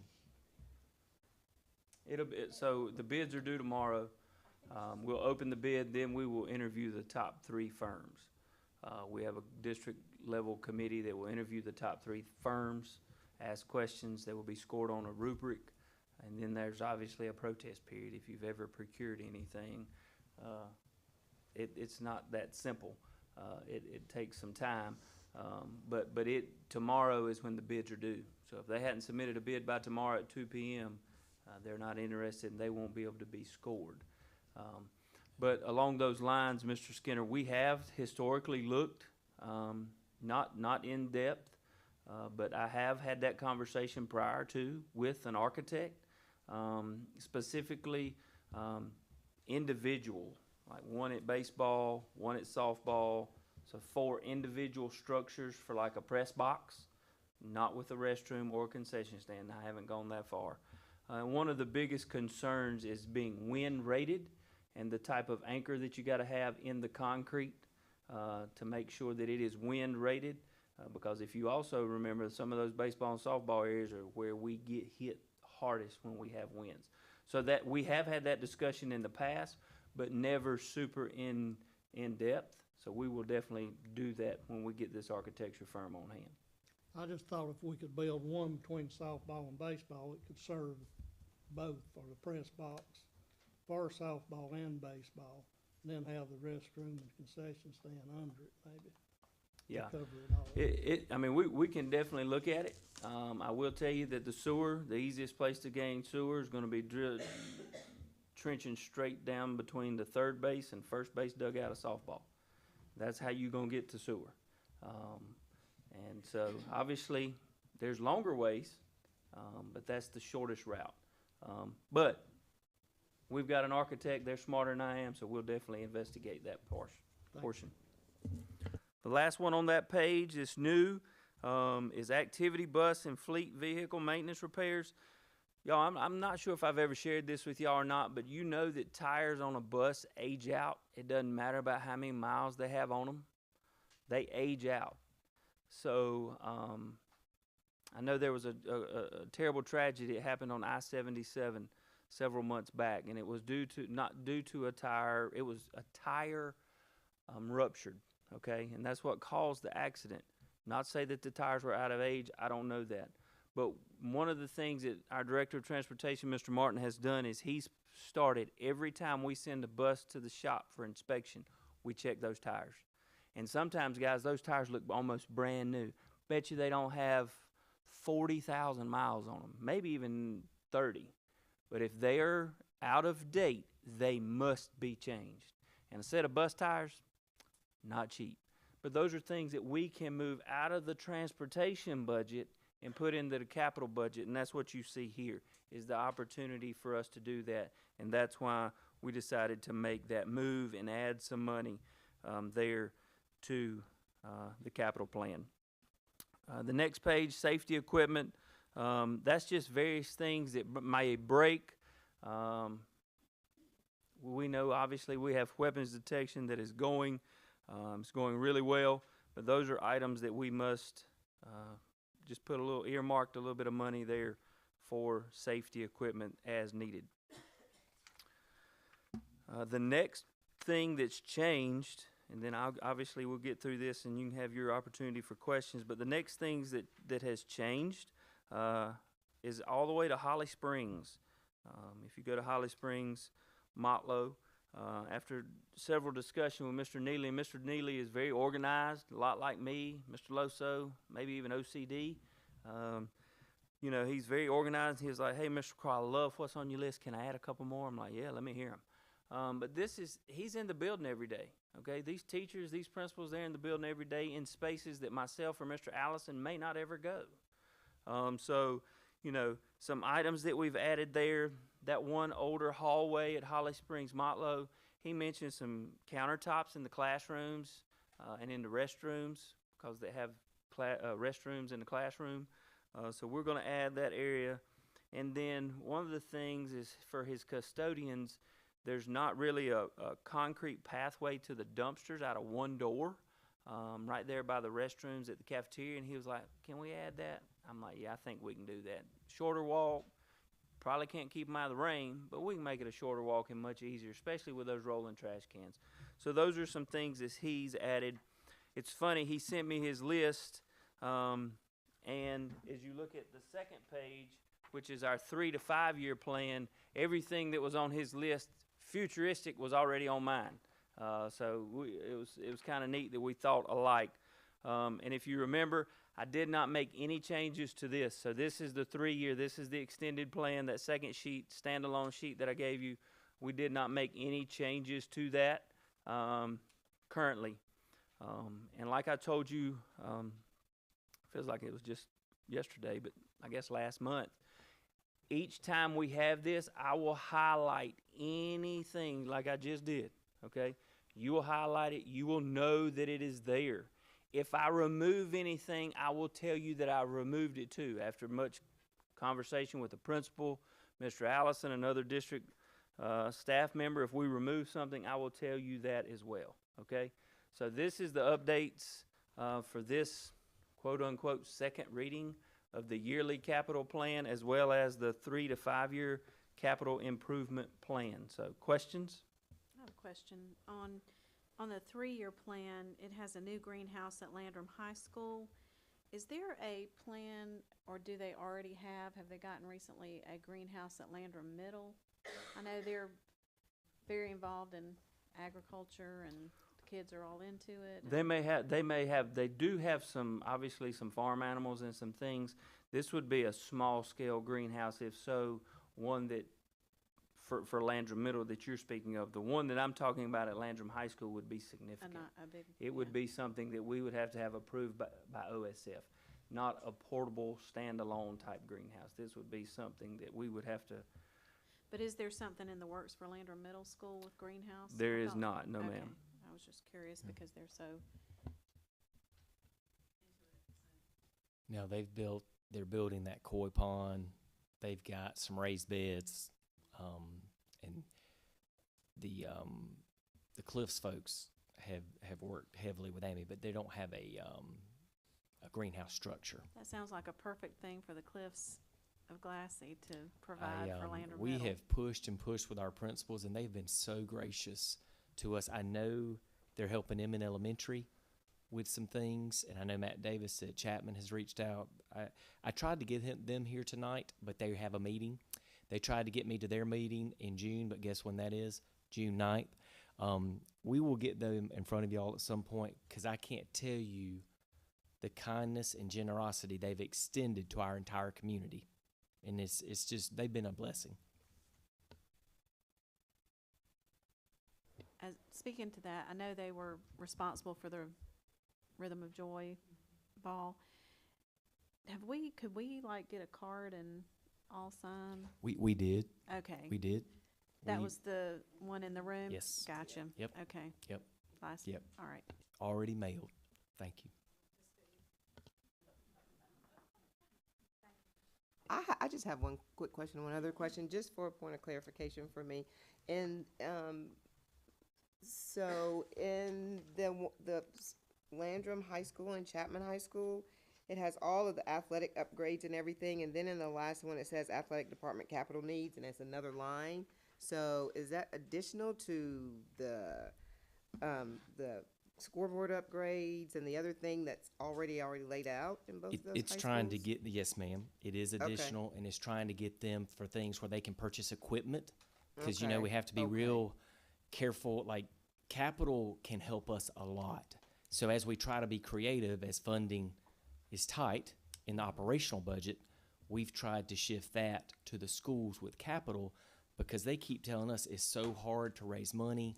And y'all get those things where each team is trying to raise it. And I know they'll still try to raise some money, but I don't want them raising money to buy football helmets and things where we have plenty of capital, or with band instruments or band uniforms, things that where we can extend to where we do have a lot of flexibility in our capital budget. It's really trying to free up operations. So those would be those additions. And Jason works so hard and does such a great job, but trying to give that to the principal and athletic directors on that small scale so they can work with our procurement office and get those things done local to the school to help them. The ADs and coaches are extremely excited about this possibility if y'all prove it. Jason, excuse me. Go ahead. And every bit of this is affected by procurement.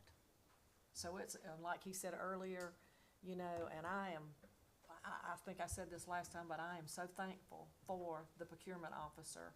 And yes, it slows things down, but it really does protect this district. You have no idea how it protects this district. Thank you, Barbara. On the artificial turf, it's a pretty large investment for both high schools. Can you speak to, is that a for sure thing we're going to do next year, or is that evaluating? If so, why is that important? As we talked about the expansion of the weight room last year this time, we talked about giving those athletes and the weight room an additional space, because at Chapman there's a crowding issue. Currently don't have it at Landrum, but at Chapman we do, and to make it safe. Well, as we began that process of investigating what we wanted to make that space larger and more accessible for more students, and talking with our football coaches, our strength coaches, which are excellent at both places, our athletic directors, our building level principals, for half of that cost, we were going to get a small agility-only turfed area. Agility only means you would have no opportunity to actually practice a sport on it. It would not pass what they call a GMAX test, where if a child were to fall and get a concussion, all these things are testing. So as we began to look at that, they were like, it's going to cost that amount of money for a small 30-yard, half the width of a football field. So they brought up the idea of, well, what about a larger space? Can we look at turfing the practice field? And when I say practice field, we're talking about the one at the road at Landrum, okay, by the tennis courts, the one on the road. And then at Chapman, we're talking about the one in the outfield of softball. Those are what we're going to call the practice fields. So after hearing those questions from the ADs, the strength coaches, hey, if we get a larger space, more sports, more teams could participate on it. It is still an expansion of the weight room, which is just a short 100-yard walk, all right, with supervision. We can go down there, we can store our sleds, we can store our tires, we can store all those pieces of equipment that we need down there, and we can utilize that space. So in listening to that feedback from all those integral parts, we began to investigate what it would cost to do a full turf field, the full practice field. Now, one thing to keep in mind about those practice fields, the one at the road at Landrum and the one in the outfield of softball at Chapman, they're not a full-size football field, which means they're not 120 yards long by 53 yards wide. They are about 90 total yards long, 90 to 95, still 53 yards wide, but the length would be a little bit shorter. So I started investigating, called several people of some schools that had turf installed recently. A lot of schools are moving to turf. Many schools, Chesney High School, Bowling Springs High School obviously has turf. Spartanburg High School has turf on their game fields. Some of them also have turf on their practice fields. Daniel High School was the one that we spoke to. Daniel High School has a turf practice field. Obviously, our Chapman played against Daniel over the last several years, and they've seen that. Reached out to the athletic director there, found out who did it, made that contact. Had the gentleman come in, explain to him what we were looking to do, and when he gave me a cost estimate of doing an entire practice field versus a small agility field, to me, it made a whole lot more sense to have a practice field. And I had this conversation, not just me, I'm not arbitrarily making that call. I had this conversation with Dr. Smith as well, and it just seemed like it made a whole lot more sense for us to do an entire practice field so that not only could football and weight room use it, but you talking about soccer being able to use it. I mean, if obviously today, nobody's practicing outside, okay? But if the rain would have stopped on a turf field, you could have practiced today if the rain would have stopped. You know, so there are many aspects of it that are going to be very beneficial to our program. We're not ready to jump wholesale into a game field artificial turf model because now you're talking about even the end caps, you know, where you have the jumps for track and field and those type things. So it's definitely a more significant cost to do that area, upwards of over $1 million per field. But we believe that for a cost analysis, internal cost analysis, that it would be a better bang for our buck to do that practice turf field so that all sports could utilize it, including the weight room, which is where this original conversation started. I have a follow-up question to that. Have we looked at any research regarding injuries for the turf? Yeah, so that's one of the things that was really impressive about this company is the testing. When artificial turf came about, well, I mean, it's been around a long time, but as it's changed over the years, it used to have rubber pellets. I don't know if any of you's ever played on artificial turf. I have. Those rubber pellets are miserable. Okay, they get in your shoe, they get in other places, like it's miserable. So they've researched and they've actually changed what they use as the infill, as they call it, INFILL. And they use lolly pine, almost like a cork that they put in there because it passes what they call a GMAX test. And a GMAX test is specifically for concussions, okay? Where those kids, if they were to fall with or without a helmet on, it would provide enough absorption that those children would be less likely to get a concussion than they would with the old school rubber. It is a little more expensive, but that's an expense that I think we're all willing to pay for safety. In regards to same type things with regards to knee injuries, you hear the NFL, if some of you watch NFL, well, he would have never torn his Achilles or ACL if it wouldn't have been on turf. It's those same type of conversations are had, and this company is very knowledgeable about this substrate that they use, the infill, is much more forgiving and will allow a little bit of slide to whereas the rubber would not. So they have made great strides in technology. Yes, ma'am. I have a knee injury. That was very important. Understood. Yeah, that's very important. What did you say the cost was for just to add on to the weight room that you figured, you know? That one turf, that small turf field, it was like $285,000. We had budgeted last year. If you look at your last year's budget, it was $250,000. When we actually started quoting, it was closer to $285,000. Do you have to do any grading to put this turf down, or is that figured in? There will be some grading. One of the things that he talked about already, which is a benefit for ours, is that we have drains on those sides already for grass, right?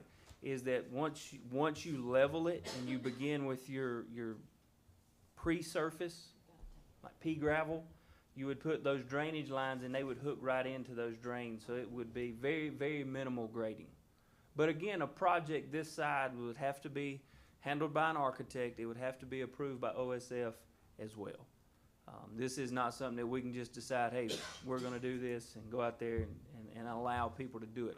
We would have to pass all of those inspections and improvements as well. Was that figured in the cost or is that above? It's figured in the cost.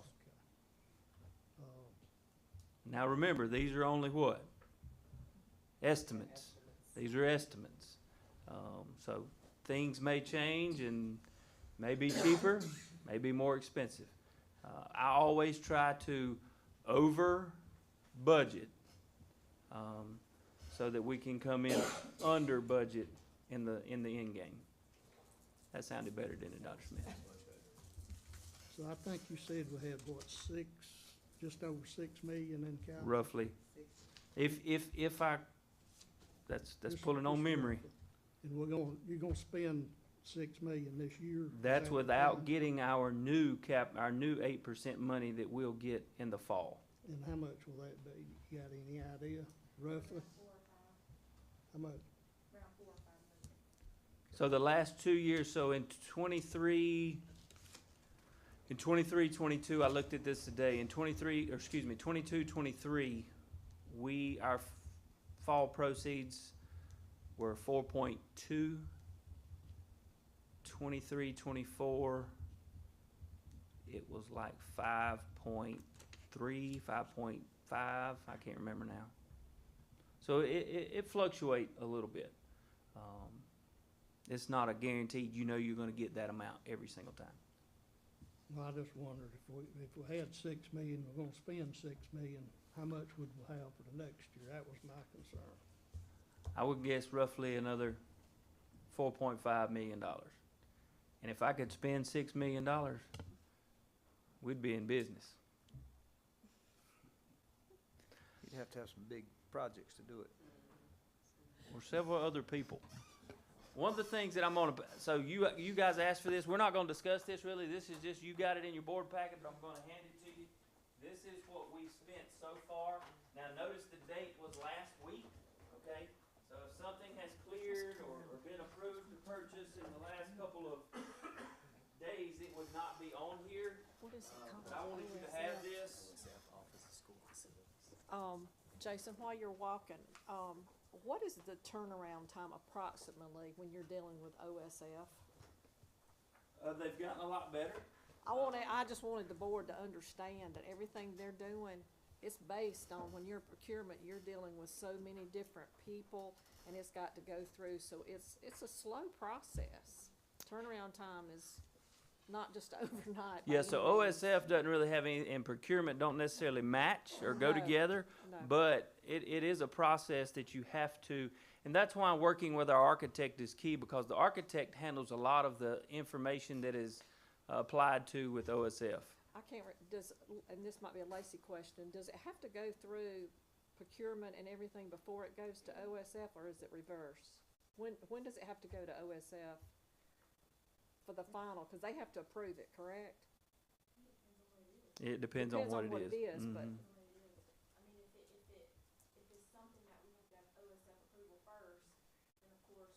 Gotcha, okay.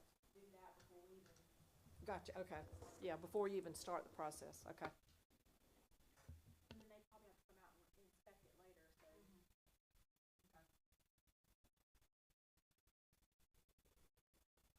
All right, one more time, y'all guys will get this next month, and it'll be I ask you to approve it then, okay? One more update next month at the quote-unquote, we're not required to have 3 readings of the capital budget. But I do think this has been great as we've done this the last couple of years. I think it's been very informative for you all as board members as well as the public. So thank you for your time. Thank you, Mr. McCraw. Ms. Brady?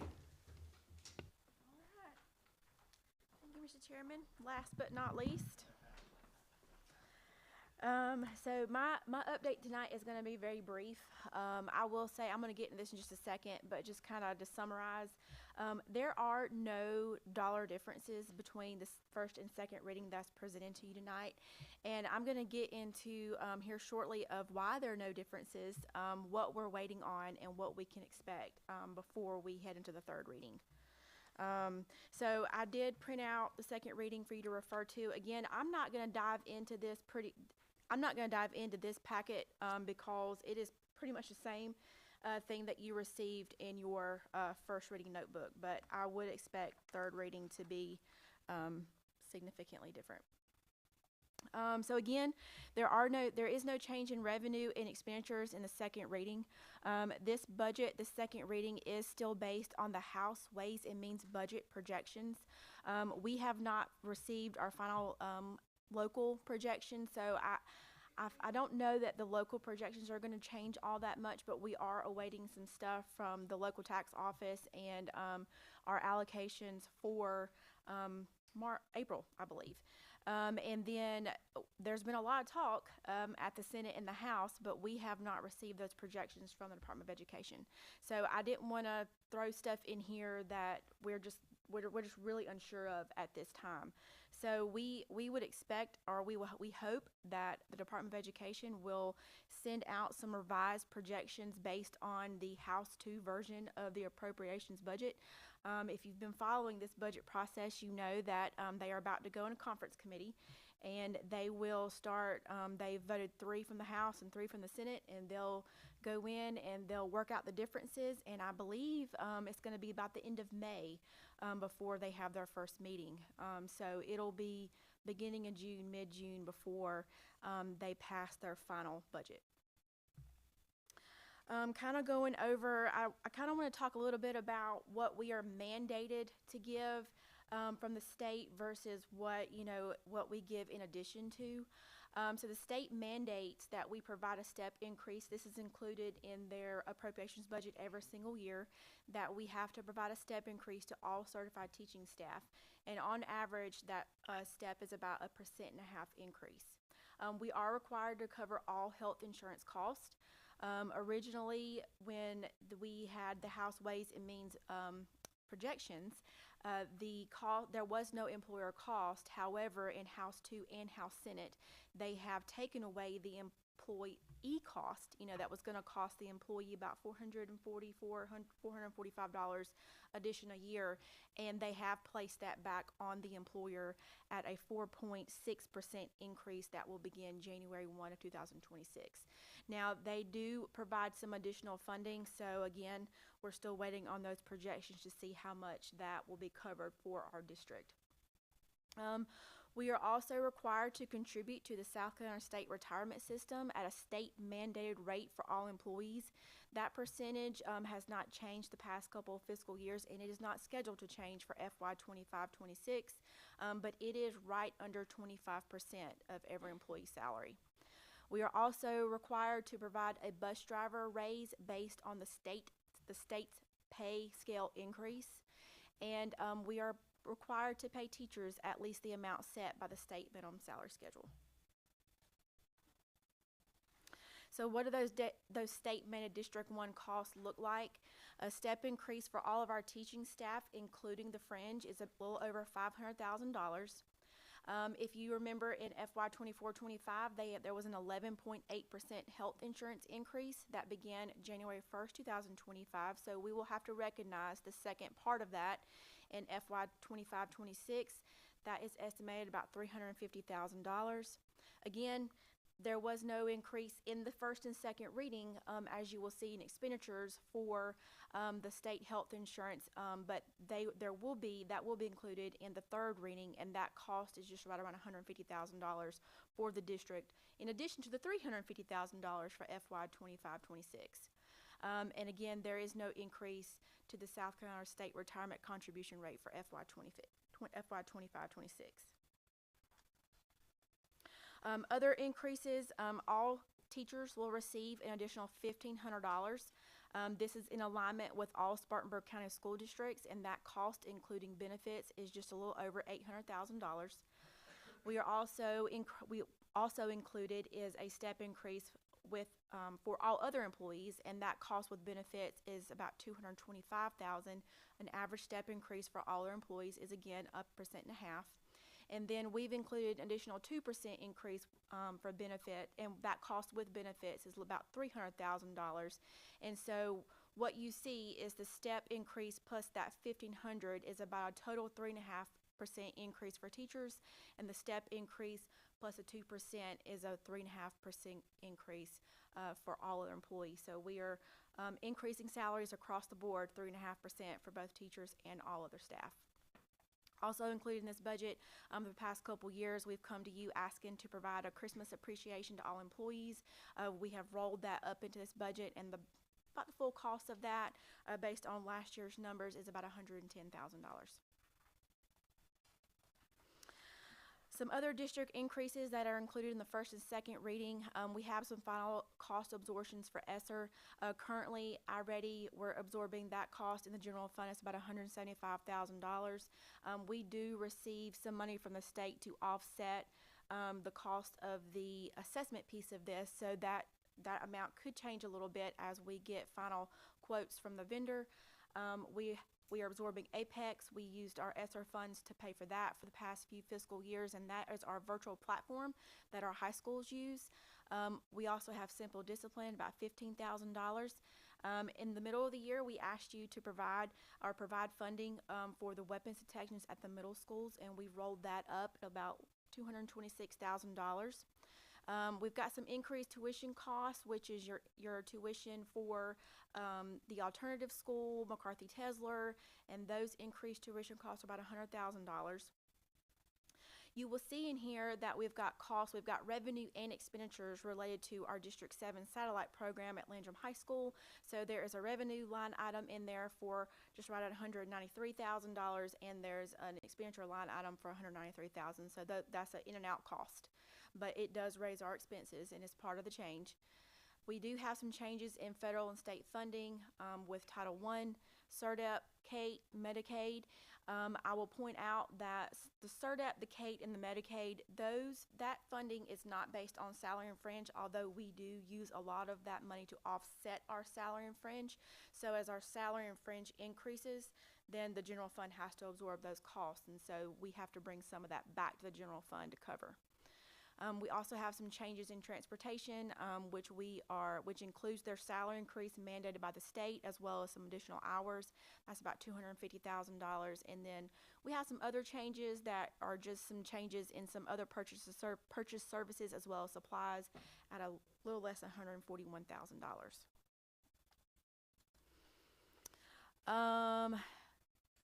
So where we stand, one of the things that we talked about in the last board work session, or the last board meeting, was that we presented to you that out of the new money, out of the $112 million, only about 20% of that was going to traditional school districts. And so we just wanted to give you an update on where we are with that. There was an update in the House 2 version. This will go into conference committee, and we'll be trying to push that this gets passed. It is a very minimal fix in regards to funding for FY 25-26. However, that second bullet where they've added a new proviso to establish an education stakeholders task force, that's what we're really pushing for, because we're going to have somebody study this new formula and make the necessary changes that we need in order to fund the traditional school districts. So they are adjusting the weighting to the virtual charter schools from 0.65 to 0.35. Again, this is very, very minimal for traditional school districts. It is not enough to cover the cost of a required teacher salary increase, but it is one of the steps that they are taking to move forward. And so we are really hoping that when this committee of these stakeholders, task force, get together, that we can have some good come out of that as we build the budget for FY 26-27. So possible changes for third reading. So again, as I said before, we are still waiting the projections from the Department of Education for FY 25-26. That would be based on the Senate and the House 2 versions of the appropriations budget as it stands before it heads into conference committee. You will see that increase in health insurance costs. So fringe will go up about $150,000 for that, to account for that 4.6% increase that begins January 1st, 2026.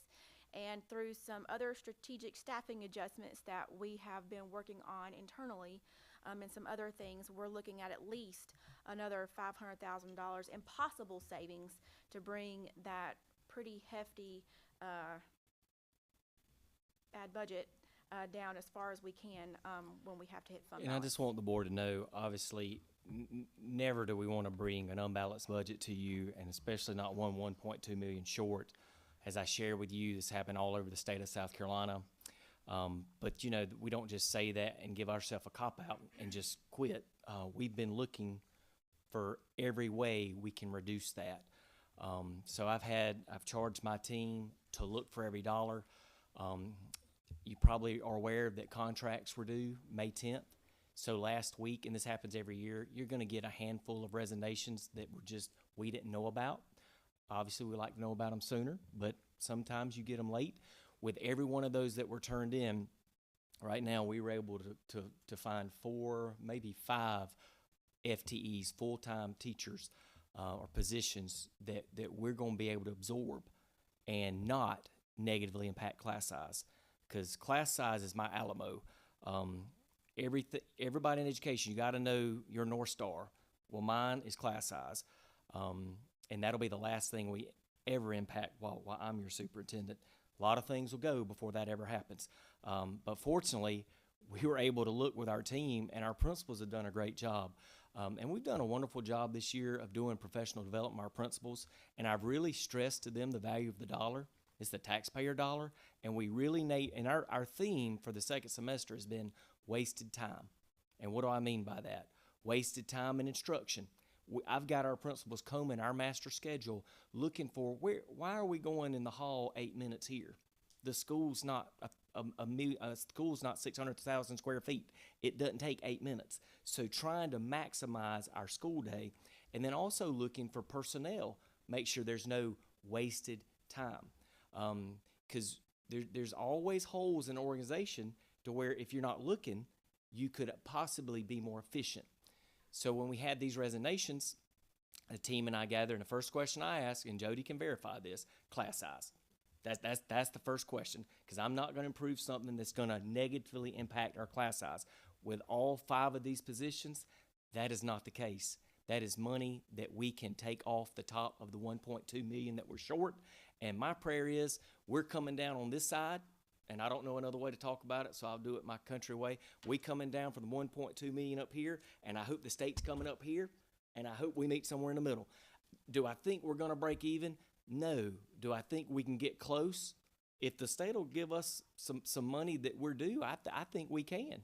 And then typically the last 7 years, and we won't this year, but the last 7 years we brought in $2.4 million to add to our fund balance every year. Well, that's not going to happen this year. 24-25, it's going to be around 300,000 to 500,000. Is that right, Lacey? Yeah. And if we had another year like that next year, let's say we get this thing down to $300,000-$400,000, then it's possible that our money could come in, our locals could be a little higher, and we could break even, and we'll all be doing the whoop whoop. And that would be a wonderful, wonderful thing. So I just want the board to know we are looking for every dollar, trying to bring it down on our end, because the only way we know, 89% of our budget is what? It's people. 89%. And again, these were resignations. We've not one person's been dismissed. So these were resignations. This was looking at how we can be more efficient than with what we have. So that is why that number is up there. I give Lacey and her team, Jody and Trish and her team a lot of credit, because we've been really looking how we can maximize what we have in a very difficult budget season. Okay. I'm sorry for interrupting, Lacey. Thank you, Dr. Smith. So again, what we're waiting for right now is we're also waiting on our updated projections for FY 24-25 based on the 135-day reporting. And again, once we get those revenue projections in from the Department of Education, we will have a better handle on where we're going to land for FY 25-26, and so that we can present to you hopefully a much better budget than what is presented in first and second reading. Again, we don't expect the conference committee to meet until the end of May. The BEA is supposed to provide an update on May 20th, and they are the ones that set the revenue budget for the year. So if maybe they'll get some more revenue, I'm not sure. But I do know I saw an update today where they think the first meeting for the conference committee is going to be on May 28th. But our final third reading and our public hearing is still scheduled for June 9th. We will provide you a third reading, an updated third reading in plenty of time before that, so that you've got time to review it and ask questions. And our state projections could come any day. Could they- right. So the BEA is different than what we're waiting on with Right, this. we're not- Our state allocations and from 24, 25 could come any day, and the projections for 25, 26 could come any day, which will give us a handle on what did that 0.65 to 0.35 impact us. And I don't know if I shared this with you earlier in the budget season or not, but we had Josh Loso go through every department to make sure we were not missing any possible allocation from the state in terms of special needs, in terms of gifted and talented, in terms of Kate. When I say we've looked for every dollar, to my knowledge, we have looked for every dollar to make sure we are not shortchanged in any way. So at this time, I will take any questions, comments, suggestions from the board. I have a question. Did any of the members of the Spartanburg legislative delegation, were any of them elected to the conference committee? Do we know? No. I don't believe It's so at this three, time. it's Bannister from the House, two other persons, But none of Harvey ours? Peeler from the Senate. Oh, he's Spartanburg. He's Cherokee. Well, he has part of Spartanburg though. Okay. But yeah, there were none from our And he's delegation that I saw. powerful. We could hit him up. I do have a question as well. In the changes in transportation, including the salary increase and additional hours, is that 250, is it in there because of the overage of about 170 or 180 that we are this year? Yes, ma'am. You know, we and this goes back to having to pay teacher assistants. We have to pay them overtime. So that comes at a hefty cost. And so we've worked with the transportation department, and one of the things that we realized in order to maintain bus drivers and keep the bus drivers that we have, they want more hours. They want to work. So that $250,000 encompasses your overtime. It encompasses the raise that we're required to give based on the state, and it's also additional hours so that we can take care of the employees. But Wanda, that's an excellent point, because now Jason can speak to this. I think we feel like this is our best shot at budgeting for true expenses in transportation in several years. Jason, would you agree with that? This is a much better swing at us trying to hit the real number. Oh, absolutely. What we've tried to do is take the middle of the scale. We have a lot, one of the things that Mr. Martin's been able to do coming from District 6 is bring a lot of experienced drivers. Well, guess what? If you're an experienced driver, you're way high on the scale, which you deserve. So what we've tried to do in budgeting with Ms. Brady is get to the median of that scale and then plan for how many hours and budget them for 190 days, although bus drivers only work 180. There's several of them that work in summer school. We use them for various things. So we're trying to get closer year by year. And bus drivers change, unfortunately, too often. So it's hard for us to budget an exact salary per driver because they change frequently. And I give Jason credit with this, because when I first got here, he said, we've got to fix our transportation budget because it is not realistic. So this is an effort for us to say, really, this is where we think it's going to land, because we've not been able to do that, or we've not done that as well as we want to do it, to make it a more real number, so we can budget off of it and not just be in the hole. Exactly. And the days of bus drivers wanting to just drive a morning route, go home, sit at home and do nothing and come back, those days are gone. And that, honestly, y'all, 7 years ago, that was the case. We'd have several, they'd come drive in the morning, go home, do what they want to, and come drive in the afternoon. Well, you're only talking about 6 hours a day. They want to come in at 6, stay till they get off the bus. If we can't offer full-time employment, we can't get them. And think back to what I mentioned in the staff survey. Number one thing keeps coming up in my 3 years, or 2 years, third survey. Fix special ed, and we're going to get it. Hear me clearly. We're going to get it. I've got a great team. We will get that process. We've made progress this year, but not as much as I want. We're getting it. And the other is TAs having to drive. So The only way to do this is to have a full-time driving force, but it costs. So this is our attempt to square that up, like Barbara said, and not be in the red. I have another question as well.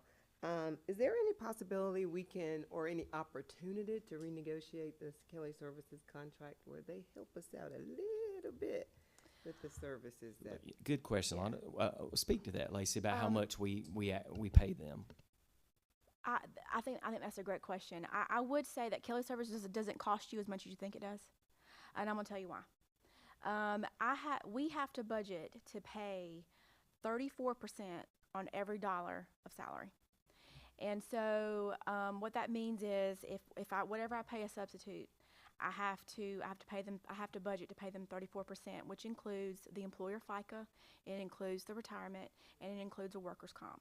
Okay, Kelly Services, they charge us 36%, which is a 2% increase. So really, we're only paying additional 2% to Kelly Services for them to manage our subs. And so if we were to bring them back in-house, we would only be saving about 2%. And I will say this, 2% of what? The total pay that you'd have to pay substitutes. So, like, in other words, I budget right now in the budget. There's about $700,000 to $750,000 that's budgeted to pay Kelly Services, and that gets eaten up pretty quick. I mean, think about maternity leave, all the paid parental leave things that we've had to implement in our budget. And so, if you were to take Kelly Services out, I'd still have to budget about $700,000, and about $700,000, maybe a little bit less, maybe a little bit more. Because what they also do is they take over our program that we used to call the subs, and so they actually take on that cost for us, and we would have to bring that cost back.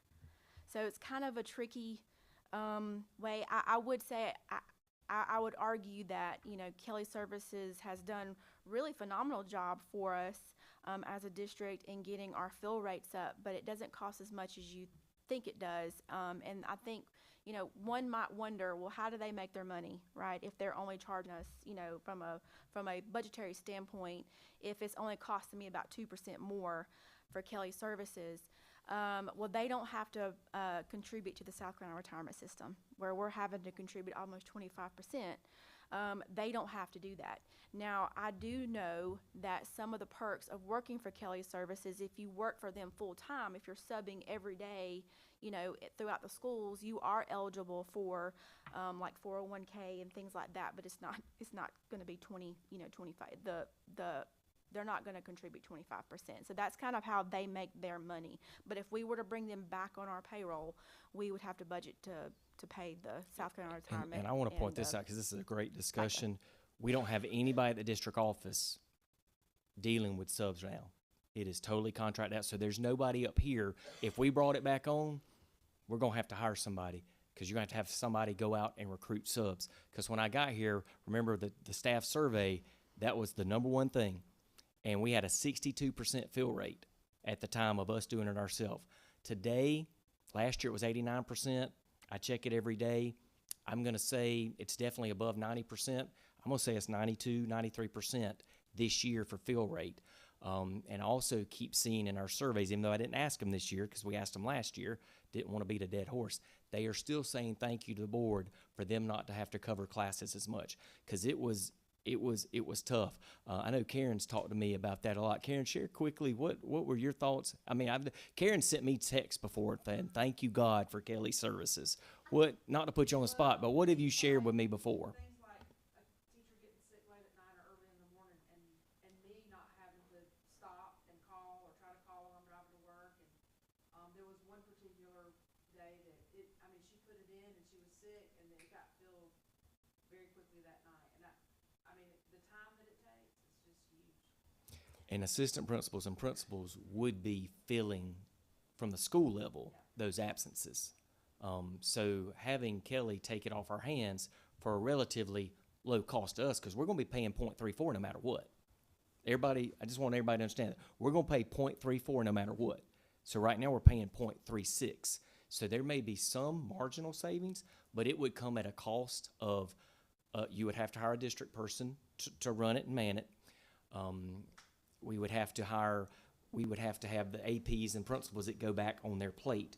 And then the cost of how many staff could we possibly lose by possibly going from that 90%, 92% fill rate back to 62, because that was a lot, and teachers were starting to want to be paid for covering classes, and it was bringing a lot of angst on them. So What year was the 62%?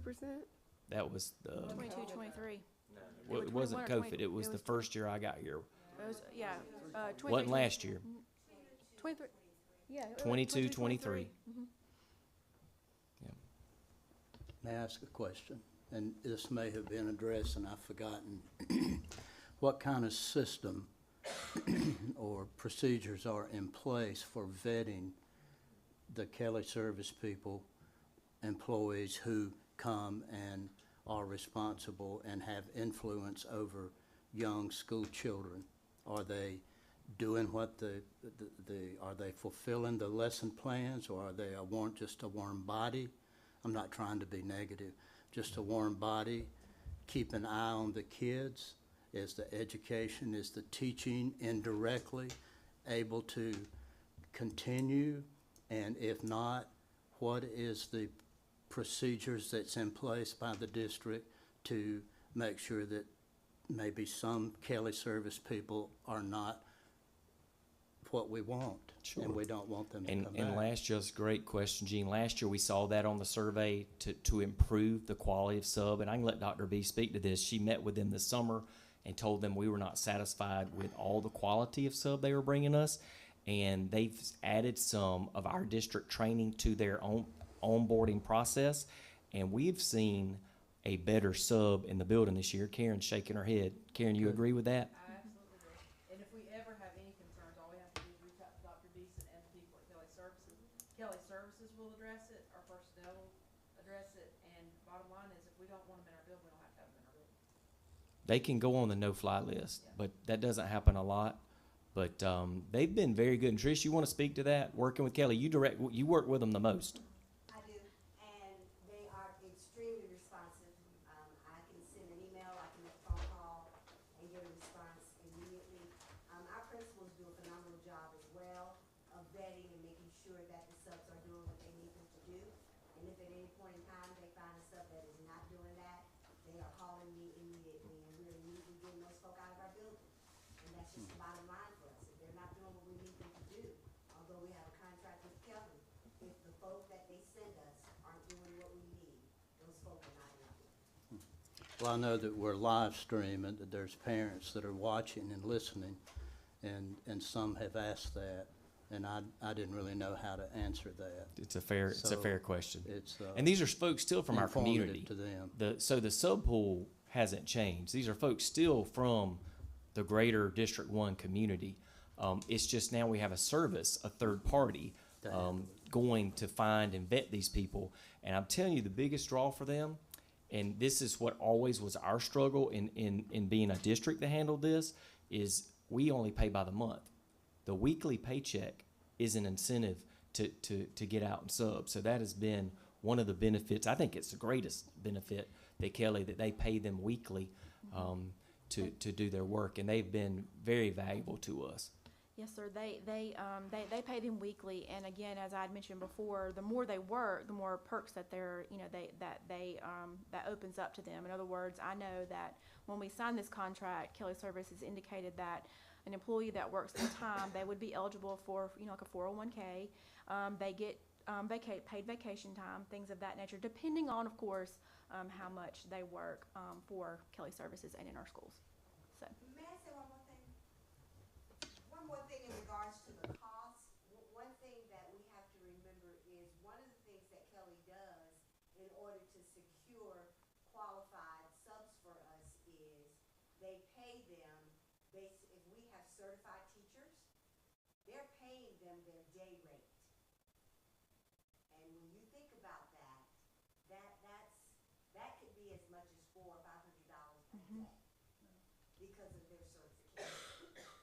But you're putting a certified teacher in that room, which goes back to Mr. Vanderford's point. Thank you. Especially if they do a long-term sub for a Thank you, Trish. And I do want to point out this is a bit of good news from the state, and I've confirmed this today with a couple of different folks. Quincy Moore and Dr. Gary had confirmed it through Debbie Elmore with the School Board Association. The bill to do paid paternity leave for 12 weeks and 4 weeks, that is dead for this year. So that would have been another $350,000 we would have had to pay. It passed the House. It did not get through the Senate.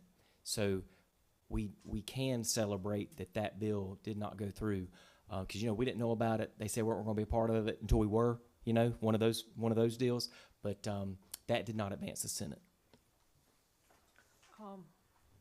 I just wanted to share, as you all know with my background, sometimes I do my own research. I just can't help it. So I did contact several other districts regarding their sub-cost and just, what they're still doing, and they're basically still doing it in-house and everything. But what I found out is that sub-cost is increasing in every district. And so Wanda and I discussed this even with Dr. Smith the other week of possibly what can we do to improve our attendance, maybe in a more positive way with some incentive type things. I know they get so many days a month, but you've got this generation gap now. You've got this, you don't have the Gene Vanderfords, you don't have even the Mark Smiths that's going to be there every day. You've got this younger generation that's come in that, we've raised them, and I'm just glad I great, got even a Mark Smith. but I'm happy with that, to be in the same breath of Gene. Even Mark Smith will come to work. Thank you, Barbara. They're not going to volunteer and do all the things some of our older teachers do now, and that's okay. I'm not saying there's anything wrong, but I just think that we're really going to have to start looking at a more positive way to give some incentives, and maybe we can offset some of our sub-costs and benefit our teachers. Sure. I don't know. That's a good But idea. I did keep our I certified called like teachers. five districts of my contacts that I have, and I'm like, okay, but I was really surprised. I heard from all of them, their sub-cost is eating them alive. So And I think District 7, Just Lacey's wanted to going share. to Kelly next year. Who District who else, 5. Trish? But so District 5's going to do a contract to service. District 7's using Kelly. So, we're not the only ones struggling with this issue. Thank you. I have one final question, and you don't even have to answer it tonight. I'm just curious if we could sometime soon get an update on the teacher equalization with the raises and how Greenville County, how are we ranked right now with Spartanburg County competing with Greenville County? Again, you don't have to answer it tonight if you you want to don't want to know. It's ugly. It's ugly. I You figured it don't wanna was, but I know. wanted an update, but We can give you one, but it'll be You can do it'll it be, later. It'll be a negative one. One more question. Also, I want to just ask the board if any of you felt like that we needed to have another budget work session per se before we go into actually approving this budget, with it being so difficult this year and the concerns that we have. Just wanted to throw it out there. I think that Lacey, in my opinion, I feel like as soon as things come in, they're pretty good about sending them to us. And I'm good with doing my homework, Okay. at the house and calling and asking questions. So I think that's my opinion. Anybody else? I would be open to it. I would just, once we get the info, yeah. I would be open to a short abbreviated meeting just to bring us all up to date and on the same page and not be here a long time. All of us don't have as much experience as the others. We don't have to, we can say we're gonna be here 1 hour and then we're going whether she's still talking or not. And we're just, I'm not sure it's Miss Brady that keeps us here, in full disclosure. Now you're just meddling. I mean, I didn't mean that. You know I'll what do I my mean. homework too once I get the numbers, but I just want to make sure that everybody's pleased with what we're doing. I would be open to it, given given the situation that we're in this year. We'll do with whatever an the board unbalanced wishes. budget. Absolutely, things may come in and we may not need it. So if we I'm need gonna it. just defer to the chairman, because I don't think we need to I mean, I know, I mean, we're an open, I'm not, yeah, well, I'm not sure, well, I'm just gonna defer to the chairman to work with me if he sees fit for us to have we're at your service. We will do whatever y'all want to do. But I will defer to the chairman why don't y'all talk with the chairman, and Mark can tell me what y'all wanna do.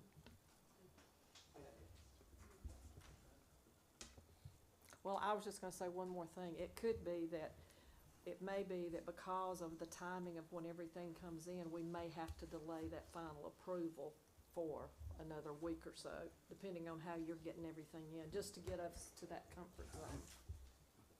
And that could be, And that could be you know, arranged. that doesn't necessarily have to be a budget work session, I but will I'm say just whatever. We'll have to watch that very closely, just because we have to notify the newspaper, of course, if we move the date. I do believe that date is coming up upon us very quickly. Yeah, we would have to Yeah. keep the June 9th board meeting, but then we could have a special call meeting for the budget. But that would be at the will of the board and the chairman. And I would just say, let's share our y'all's suggestions with Mark. We'll do whatever y'all want us to do. Thank you, Dr. Smith. I'd just like to jump back a square into the Kelly Services and say that with the improvements that have been made, I would think that it's just going to continue to improve and get better. And if 2% relieved that load from our administration and staff, then I'd say it's money well spent at that point. But thank you. Yeah, thank you, Mr. Rollins. Okay, all right, thank you. Just a reading.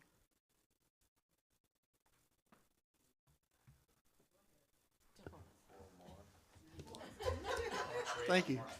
Mr. Thank you, Rollins, Ms. Brady. I make a motion we adjourn.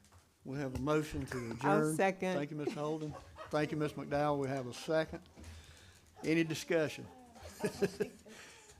All those in favor, please signify by raising your right hand. Any opposed? It's unanimous. Thank y'all.